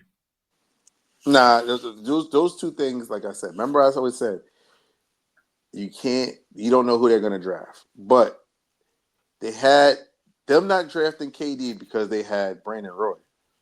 And they had mad wings. They didn't have no center. They did, because LaMarcus Aldridge didn't like playing center. Yeah. And he wasn't really good. They actually needed, and at that time, Greg Oden was the best big man in college, and he was a monster. And then the Sam Bowie versus Jordan, they had Clyde Drexler. So it's not like, they didn't have no two guard. Not saying obviously, okay, Michael Jordan is Michael Jordan, but Clyde Drexler was Clyde Drexler too. Yeah, I think from my perspective, I'm just looking at it from the best player's perspective. This is what you missed out on, even though you do have a player already filling that position. Best player, yes, but you don't got to go best player when your team is already. If you're actually building a team, yeah. Sometimes you got to draft what you need. Like it wasn't like okay. It's just a role player at this spot. Mm-hmm. Like Sam Bowie was nice. They didn't need another guard because then, and that's when the basketball, they was slow possessions. There wasn't enough basketball to go around. Yeah. Now, granted, could Jordan and Clyde have won it in the West? We would look at Portland differently. Sure, they could have had a Scottie Pippen Jordan relationship there, but they both played two the same. You know what I'm saying? That didn't make sense. You needed it. You actually needed that. And the same thing with the Greg Oden. Now, granted, Kevin Durant could play with anybody. So him and Brandon Roy could have worked out. But then y'all still would have been looking for a center. Mm-hmm. Unless they would have just went. And that time, Kevin Durant was mad skinny. He wasn't even built like how he is now, where he could play some power forward sometimes. He put a little weight on, you know what I'm saying? but now, because there's no real power forwards, you can play him at power forward. You forget that was the early 2000s. There was real power. There were real power forwards in Facts. the NBA. There were real centers in the NBA. Digma, Marcus Aldridge started out as a power forward, finished as a center. Yeah. So because all because of like spacing issues and just the just the personnel of the rest of the team. Yeah, you had to be able to bang. Kevin Durant not banging. Yeah. Next we got the Sacramento Kings. If that shot goes in for them, what Robert Horry? Robert Horry, that shot doesn't go in. If that shot don't go in, that's their biggest. That's their biggest. What if I would have said? I'm in that realm too. You know, if the refs didn't hold them, you know what I'm saying? If the refs don't hold them, you know, we possibly looking at a championship. You know, that is 2002. So yeah, yep. The Lakers only finished with 2. That's the Sacramento's only what if. Yeah, they pretty much they end any chance of a 3-peat. Put it like that. Right. Yeah. They haven't done anything significant other than that to have since then. Yeah. Oh, you know what? I'm lying. I do got another one. I'll get you. I'll let you rock out though. Yeah. I would say this: if the Sacramento Kings didn't have a mismanaged front office, they drafted a lot of good players who wouldn't have to be good players on the team. Isaiah Thomas, Whiteside. They had Rudy Gay. They had Rondo. They had all of these guys there and mismanaged that. Tyreek Evans. They had the talent there to have good teams in the past. Yeah. And then these players went to other teams that helped them either win chips or be playoff teams and so on and so forth. So if Sacramento Kings had a good front office, who knows what how we could look at this franchise. Yeah, true. Word. Next, this one might be tough because there's no dent on the armor. The San Antonio Spurs. My biggest what if, because it seems from what I've seen is it was pretty close to happening. If Tim Duncan leaves to go to Orlando, to team up with Mac and Grant Hill, because it seemed like that was very likely. Remember what they said? The deal breaker was Tim couldn't have his family on the plane with him. Yeah. The fact that it came down to that, like, he was all in. I knew why he was all in. It made sense why he was all in on that, though. He's from the Bahamas. He was trying to go near the water and be warm. Yeah. So I mean, Texas is still warm too. You feel me? But he in San Antonio. He's not near the water. He's not the magnitude of Orlando. You know. Yeah. So he's not near the water like that. So yeah. I agree. That's the biggest what if. That's got to be the biggest what if. San Antonio whole franchise looked at differently. That's also going to be a big what if for Orlando. Actually, if we went back to Orlando, like I forgot about that. About that. Doc Rivers flopped that one. But I would still think the Shaq one is a bigger one than that. But. Yeah, and I mean, depending on like who perspective you're looking at it from, both perspectives is big. I'll tell you that because think about it, the Spurs, they'll be a championship clearly because he already won there. But you don't look at the Spurs how we look at the Spurs now. Without saying absolutely. And you would look at Orlando a lot because Tracy McGrady career goes different. Grant Hill career. Like, this goes into the other what ifs. Grant Hill's career goes different because they would have had those 3. Yep. He wouldn't have probably been injured as much or whatever or at all. Tracy McGrady doesn't have those injuries, his knee injuries and all that. Yeah. So that because when you have a great anchor like Tim Duncan, that takes a lot of pressure off of these other guys. So that changes a lot. Even Mike Miller gets looked at. So many players' lives changing this thing. Because Tim Duncan is that kind of player, and they would have jailed because remember they have Mike Miller, Grant Hill, and T-Mac. Yep. And they all could shoot the ball a little bit. So Grant Hill not as much, but he can still get it in. Yeah. Next, the Toronto Raptors. I think if they don't make that trade for Kawhi, that's it. They don't make that. That's the biggest thing they ever did in their career. They don't make that trade for Kawhi. I think that's it. They'd be the Toronto Raptors we grew up with, not the Toronto Raptors we got. Like now they're a little prestigious, but they would have had no prestige.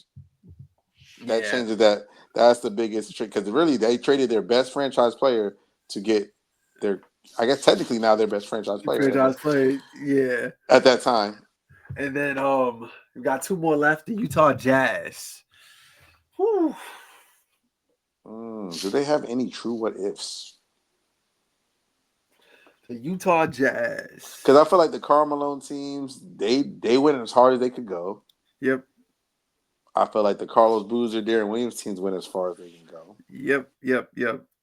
I feel like the Gordon Hayward teams went as far as they can go. You know what? I got one. I'm drawing a blank. Go ahead. I got it. So, if Rudy Gobert could actually hit some shots, Donovan Mitchell doesn't leave.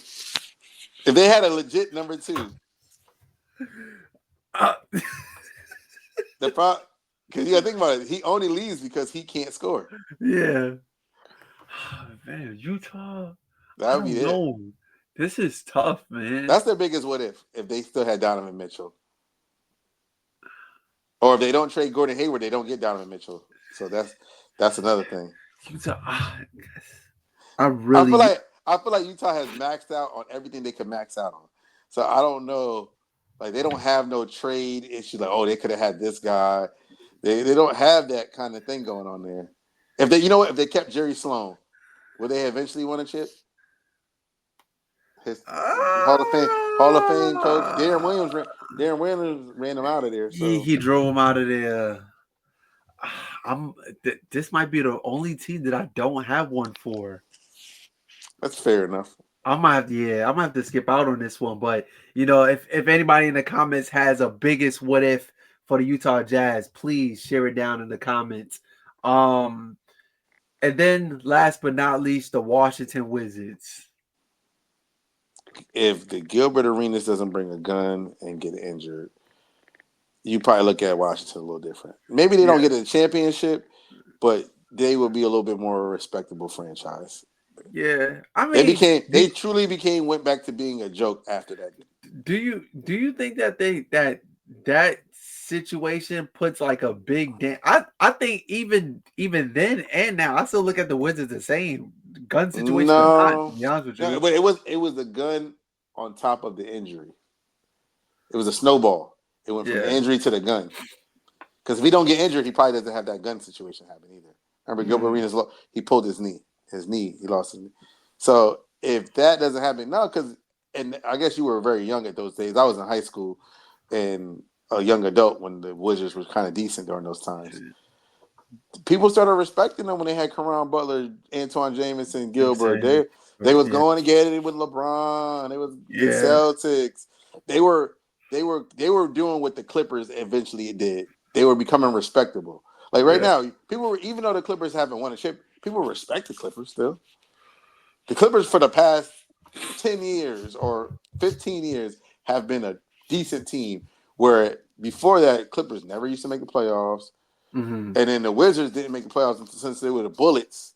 So it was like, oh no, these guys are respectable. People used to wear them little blue jerseys with that off blue with the brown. Agent Zero. You remember all of this? Adidas. He had Adidas going. He had rocking. Wizards was respectable in those times, but immediately as the knee went out and then the gun thing, they became a joke. And then that went into the John Wall. He tried to bring some respect to them. But think about that. If Gilbert Arenas doesn't hurt his knee, or let's say he hurt his knee, but he becomes a mature player after that. Him and John Wall. He gets some guidance to John Wall. He guided to John Wall, but he was a nut ass nigga. Like he always been. I love Gilbert Arenas, but I'm just saying all of those things, the way you look at that franchise might be a little different. I don't know. Washington. That would be their biggest what if, I would say. Yeah. Or you know what? Or you could go this. If Michael Jordan doesn't get injured on his comeback tour, he got injured both of them years. That's why they missed the playoffs. Yeah. Michael Jordan doesn't get injured, they make the playoffs. I was young at the time, so I wouldn't be able to sit here and tell you that Michael Jordan would have made that team a championship team. No, they wouldn't win a championship. I said they would have been a playoff team. Okay. They're still a flawed team. Yeah. But they would have been in the playoffs. They missed the playoffs because both years Michael Jordan got injured. But he came back from injury. But when you lose your star player, sometimes that be it. Actually, I got one. Them drafted Kwame Brown #1. What draft? What year was that? This was 2000 and... That's before LeBron. This is 2001. So they could have drafted Paul Gasol then? Was they in the Yes. Hold on. Yes, this is 2001. Kwame Brown was #1. Tyson Chandler was 2. Pau Gasol was 3. Yeah. So they tried. Yeah, that's a big what if because they draft Paul Gasol. Yeah, that franchise. But then that even plays into the Gilbert stuff. Now they would have been a really good franchise. And just the whole narrative about if you ask somebody the question, what's the worst #1 draft or like a draft bust that comes to mind? Anthony Bennett and Kwame Brown are like the two names that come to mind. I gotta say this: Kwame Brown is not as bad as Anthony Bennett, though.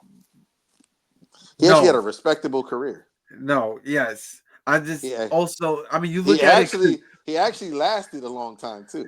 Yes, and started on Kwame Brown's first year was with Mike, and then he ended up with Cole. So, yeah. They crushed his spirits. Yeah. If he gets drafted somewhere else, he probably becomes a better player. Yeah. But that concludes our biggest what if for every NBA team, every NBA franchise. Like I said, if you have any comments, any additional thoughts, please talk about it. Let's talk about it in the comments. But before we wrap it up, just a couple things that we wanted to just talk about. So this past Monday, the New York Knicks was able to win their first championship in however long since 1970 something. Since the 70s, and we're not talking about the NBA championship for anybody who's watching this 20 years from now. Nah, we're not talking about that. We're talking about the in-season tournament, the NBA Cup. So congratulations to them. $500,000 for each player. So I've seen a report, and it kind of, I don't know, it's kind of a little concerning to me. So the New York Knicks are refusing to post a banner, and I'm just like, what? Like, as a Laker fan, we won the first in-season tournament back in 2023, and we was forced to put up our banner. You talking about a franchise that won 17 championships. You know what I'm saying? What are we putting that up for? So the Knicks are not going to put up their banner. So what do you think, man? What do you think? I think they should put it up. One, we have to make the banner mean something. So we got to make this championship also mean something. So I think they should put it up. I also think that Adam Silver needs to give the championship some kind of stakes towards the season. Somehow, maybe if it's not that, make it be like this is an idea that I thought about the other day. I had a conversation with one of my friends. I was saying maybe they should, whoever wins the cup gets to either host the All-Star game at their city or pick where the All-Star game is at. So let's say if y'all win it back-to-back, you can't have it at the same plot back-to-back. So now you get to pick where the All-Star game is going to be at. Or something like that. Something where it has some stakes to the season. Because you can't say home court advantage like they do in baseball, right? Because that's the idea I've been seeing going around. Home court, but I'm not a fan of it. I'm not a fan of it because then what does it matter of having the best record? Yeah. I also see it as and what if that team that wins the cup don't go to the chip either? That's what I'm saying. Right. If I'm a team, like the Wizards or something, I go on a miracle run during the NBA Cup, during the NBA Cup games, and I win the NBA Cup, you mean that I have the deciding factor of what happens in June, and I'm not even going to be there. You know what I mean? So yeah, I've definitely seen that take. I'm not a fan of that take. Only thing I would say about the All-Star game take is that's something that's like pre-planned in advance. You know what I mean? The NBA Cup games. But to be fair, how they pick they do a lottery for the thing. Yeah, but This we gives already it know what the All-Star game is going to be before the season even starts. yeah. All right, so that started from after this season, right? Or the following season, you get to pick or you get to Oh, host okay, it. I see what you're saying. You Okay, I see what you're yeah, saying. you either get to pick or host where the All Star game is going to be at. Yeah. Okay. So let's say, all right, like I say, let's say the Lakers win it back to back. Okay, y'all can't have it in LA back to back. What other place would you want it to be at? Yeah. And it can't be at the same because even now it's like that. You can't have it at the same spot back to back years. Even Yeah. though they have done okay, we'll do it in Houston and go back to LA and then do it in Houston and go there. I hate when they do that. But because it's been in Houston and LA mad times. Yeah. I don't know why. Yeah. I've only been in New York since twice in the freaking past 10 years. Yeah. I definitely agree that the Knicks should post their banner because I Yeah. mean, like, keep it a stack, man. You got You got to like make it I see, important. You got to make it important. yeah, you got to make it important, and you want players to care. And I was just watching the game the other night, and it felt like it was a playoff atmosphere. You know what I'm saying? Nah, keep it Um. right on them cup games when there's like a regular season cup game. Mm-hmm. The teams do go a little bit of extra mile to try to win. Yeah, and And I that's think. Go I ahead. think part of it is the money they because they get extra money to win Yeah. it, but Yeah. also adds. That's why I said they need to add some stakes behind the cup because now it makes the franchise even want to put the banner up and back it up and all of these things. Like because you got to think about it, it's the franchise that don't want to put the banner up. I'm sure the players don't really care either way, but the Yeah. franchise doesn't want to put it up. Yeah. So And why do they and want to put it up? Because there's no stakes. and this is something that like Josh had said this before we went live, but this is something that you want for the future of this league. You know what I Mm-hmm. mean? Um there's like a handful there's a bunch of people who feel like this whole NBA Cup thing is gonna flame out in the next couple years. And the way the league is talking, this looks like it's gonna be here to stay. So if it's gonna be something that's gonna be here to stay, you want something to show for it. And if I'm the Knicks franchise, going to Madison Square Garden, I seen a video the other day of them putting a banner for Harry Styles. They got a banner up for Billy Joel. You Yeah, can you put up might as a well. banner.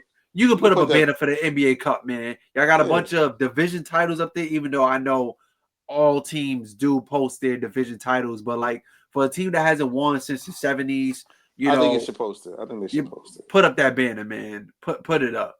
Um, and speaking of the New York Knicks, something I've been seeing for the past couple of I would say a couple of days that I just wanted you know Polo's opinion on it, something that we could talk about while we're here. So this is what I've seen. Polo, you can see it on your screen. Yes, I can. All right. So Carmelo lost every part of his legacy. Brunson is the new king of New York. Katie Mm-hmm. snatched the best Olympian title. Braun snatched his rookie of the year. Harden took his top 10 scoring spot, and Jokic took his number in Denver. What do you think about that? The crazy thing for Carmelo Anthony is, well, I would say this: Jalen Brunson has brought his team to the conference finals, which the Knicks and Melo didn't get a chance to do that. But at least in New York, I feel like the window is still a little cracked there for him. But I feel like Carmelo Anthony is he's a casualty to some of his own decisions. All of these things that happen, except for the Olympic thing, because you just pay as many times you want. But I would say this: the rookie of the year. Well, no, that's not his fault either. I thought Should he have should won have won. that. I thought he He should should have have won won rookie of the that. year. Yeah. I think the Denver thing was as a casualty of his own decision. If he would have just finished out that season, they might Yeah. have never let him get that number. But to be fair, they didn't think Joker was going to be nice anyway, so they was like anybody can get the This goes number back done. to what we spoke about earlier. Yeah. James Harden is a much better scorer than him, or at least in a sense of getting buckets, not necessarily like the skill The of skill scoring. set. Yeah, Yes. not the skill of scoring, but Yeah. we knew that would happen. And James Harden is a very durable player. He played a Yeah. lot of games, so I feel like his legacy has been slipping away. But the thing about Melo, when he's podding now, so that always keeps his spirit alive. He's a host on NBC. That's going to keep his Mm-hmm. spirit alive. and he's always going to be tied to LeBron, Dwayne Wade, and these guys in some type of way. So I don't feel like his legacy. I don't feel like his legacy is truly slipping away. I just think I'm gonna keep it a buck, and a lot of people are going to say it. Carmelo Anthony is a great player, but he lives more on his name value than his actual accomplishments because he doesn't have that many accomplishments. Mm-hmm. It's a little overrated in those ways. Yeah, he's a Hall of Fame. He's a star player. He's, you know what I'm saying. But you got to think about it. In his time in the league, he was always talked about in the top 5 way. But was he ever really top 5? Yeah, because the accomplishments part of it. Yeah, yeah. You know, he's only had one legit chance of being MVP, and then that's all he's really at. His best attribute is scoring, but he only has one scoring title. Yeah. You know, and I'm not trying to beat down on his career because his career is far better than anybody career you could think of. Yeah. But it's just for what his hype is and what he was, he hasn't lived up to those things in a way. Mm-hmm. Just like I see even like how Jeff Teague and them kind of downplayed his rivalry with LeBron. That was a legit rivalry. Yeah. But that's because some of the decisions he didn't make championship decisions. He made Carmelo Anthony decisions. Yeah, I remember a year in particular, I believe it was 2014, where Melo had the opportunity to go to Chicago. It would have been him, D Rose, and Noah. I think Boozer would have still been there if I'm not mistaken. But I thought that was just like a solid core. It was going to be a fresh start for Melo, to get out of New York, especially like he didn't do much. And there was maybe 1 year where like if he didn't get blocked by Roy Hibbert, there was 1 year where I felt like they were really good, but still like I didn't really see them beating the Miami Heat in the I also think that he went to Portland a year too late also, or 2 years too late. Because I think that's when they exiled him from the league, No. He wasn't exiled quite yet. He chose to go to Houston. Yeah. Oh, like 2020. Yeah, because he was on the 2020 team. Yeah, and I think that was the team when Portland went to the conference finals that year. And I said that year before he went, I said he should have went to Portland because they actually needed what he does there.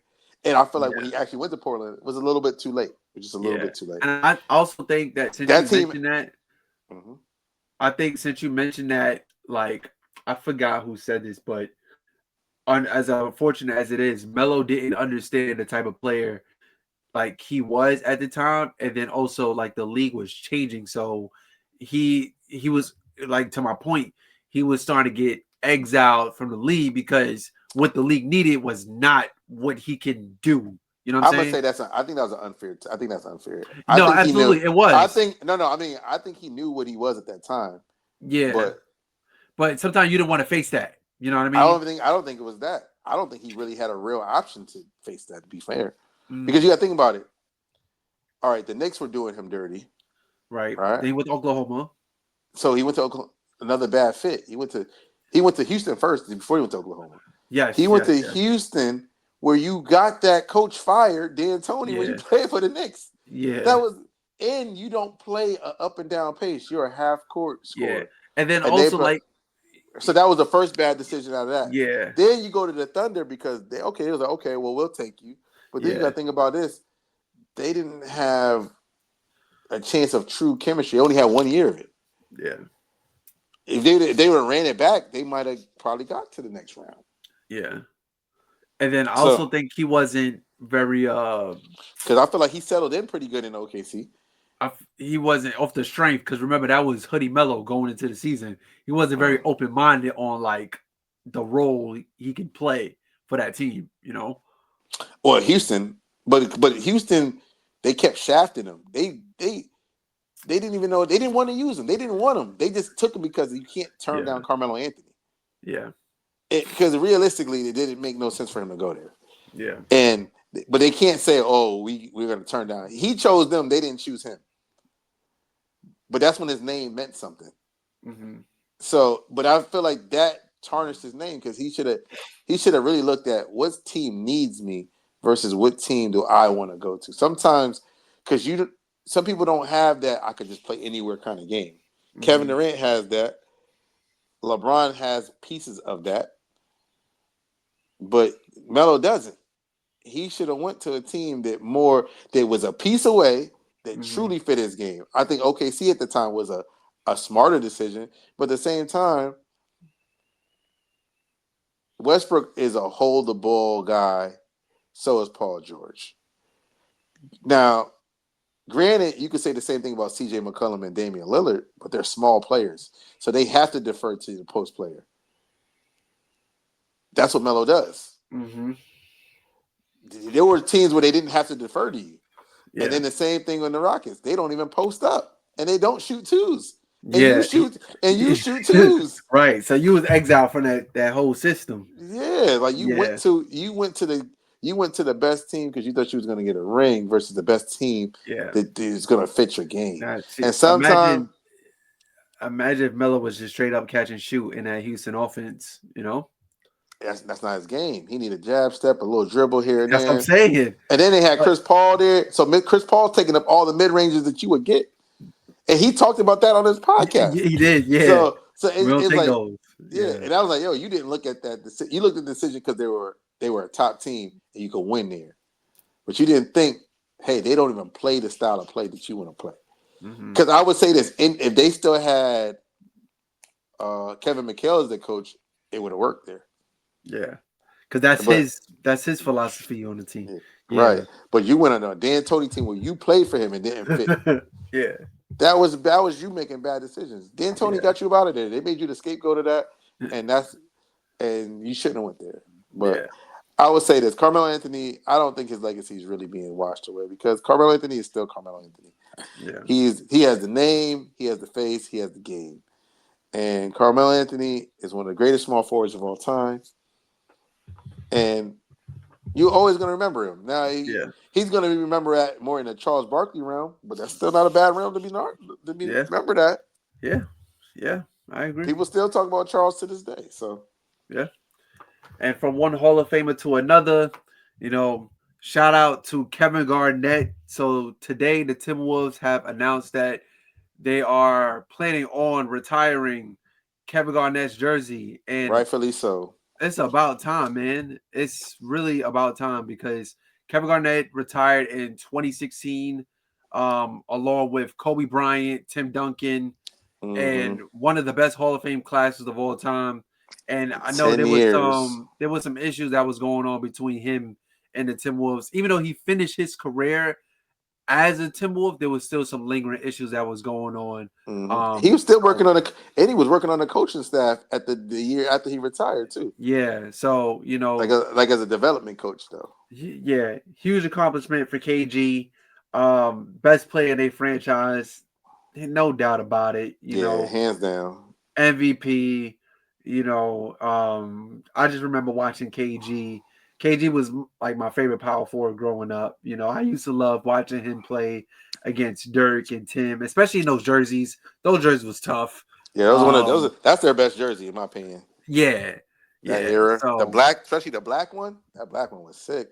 Yeah, but yeah, overall, anything you want to say about this? Kevin Garnett getting his jersey retired. Rightfully so. I grew up on that version of Kevin Garnett. That was the basketball, the early 2000s, late 90s basketball. That was really my era of watching basketball for real. Yeah. I watched it obviously in the 90s because I'm a little older than you. But like, I could emulate the stuff that I was watching on TV in the early 2000s. You know what I'm saying? Like I would watch it and then try to place that. Versus when I was watching Jordan and them, I was just watching it. It was like larger than life.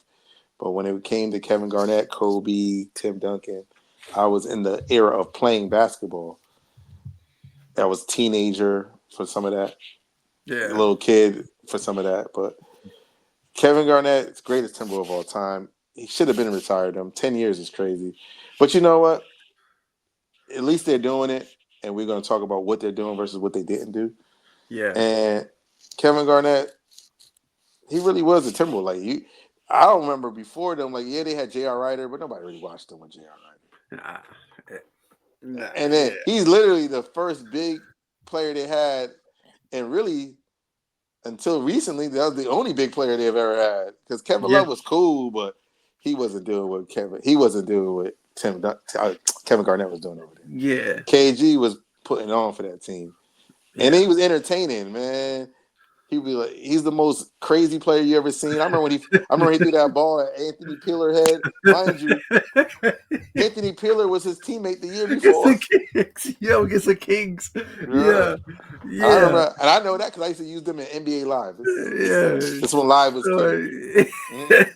So yeah, Kevin Garnett was a wild one. One of the most intense players ever in this game. Somebody who like legit just, put his passion on display. So congratulations to Kevin Garnett, man. And he's my favorite. I think he might be my favorite podcaster and basketball player. He's so funny. His storytelling, yes. His storytelling is crazy. Yes, yeah. His Michael Jordan story with Scottie Pippen is hilarious. Yeah. He was like, I'll kill you in here. Yeah, you said like a Scottie Pippen. Yeah. It's crazy. But now Kevin Garnett deserved it, man. And then Boston deserved to retire too if they haven't already. Did Boston retire him? I don't think so. I know they retired Pierce for sure. They retired the 5. He need to retire there too, though. Yeah. I think it should be coming soon because he won the DPOY and won the championship for them. So it's definitely coming soon. I know they may not give him that love in Brooklyn, but I respect him. No, absolutely not. Absolutely. He still made an All-Star team in Brooklyn, though. Yeah, I know, but I thought you meant like in terms of retiring his jersey. No. I'm just saying. I know they're not going to do it, but they may. You never know. Brooklyn be just retiring people sometimes. I mean, the only thing there's only 2 things I think of when Kevin Garnett was in Brooklyn. I think of that montage video when they playing outstanding, and he's like washing, holding the ball, and then also his encounter with Dwight Howard. I was gonna say that Dwight Howard thing, and he headbutted. He was on the pop. He was like, "Oh my god," you know what I'm saying? Yeah. So, but yeah, I love Kevin Garnett, man. He was the most intense guy ever. Yeah, but that concludes our episode. Polo, appreciate you for pulling up for another one. Appreciate you. Josh had to step away. He had to attend to his kid. All good. Yes, and sir. Also, like I said at the top of this show, keep your thoughts and prayers with Ernest and Eric's family, Yes, sir. And with that being said, like follow us on Instagram, Twitter, TikTok. We're on Apple Music. We're on Spotify.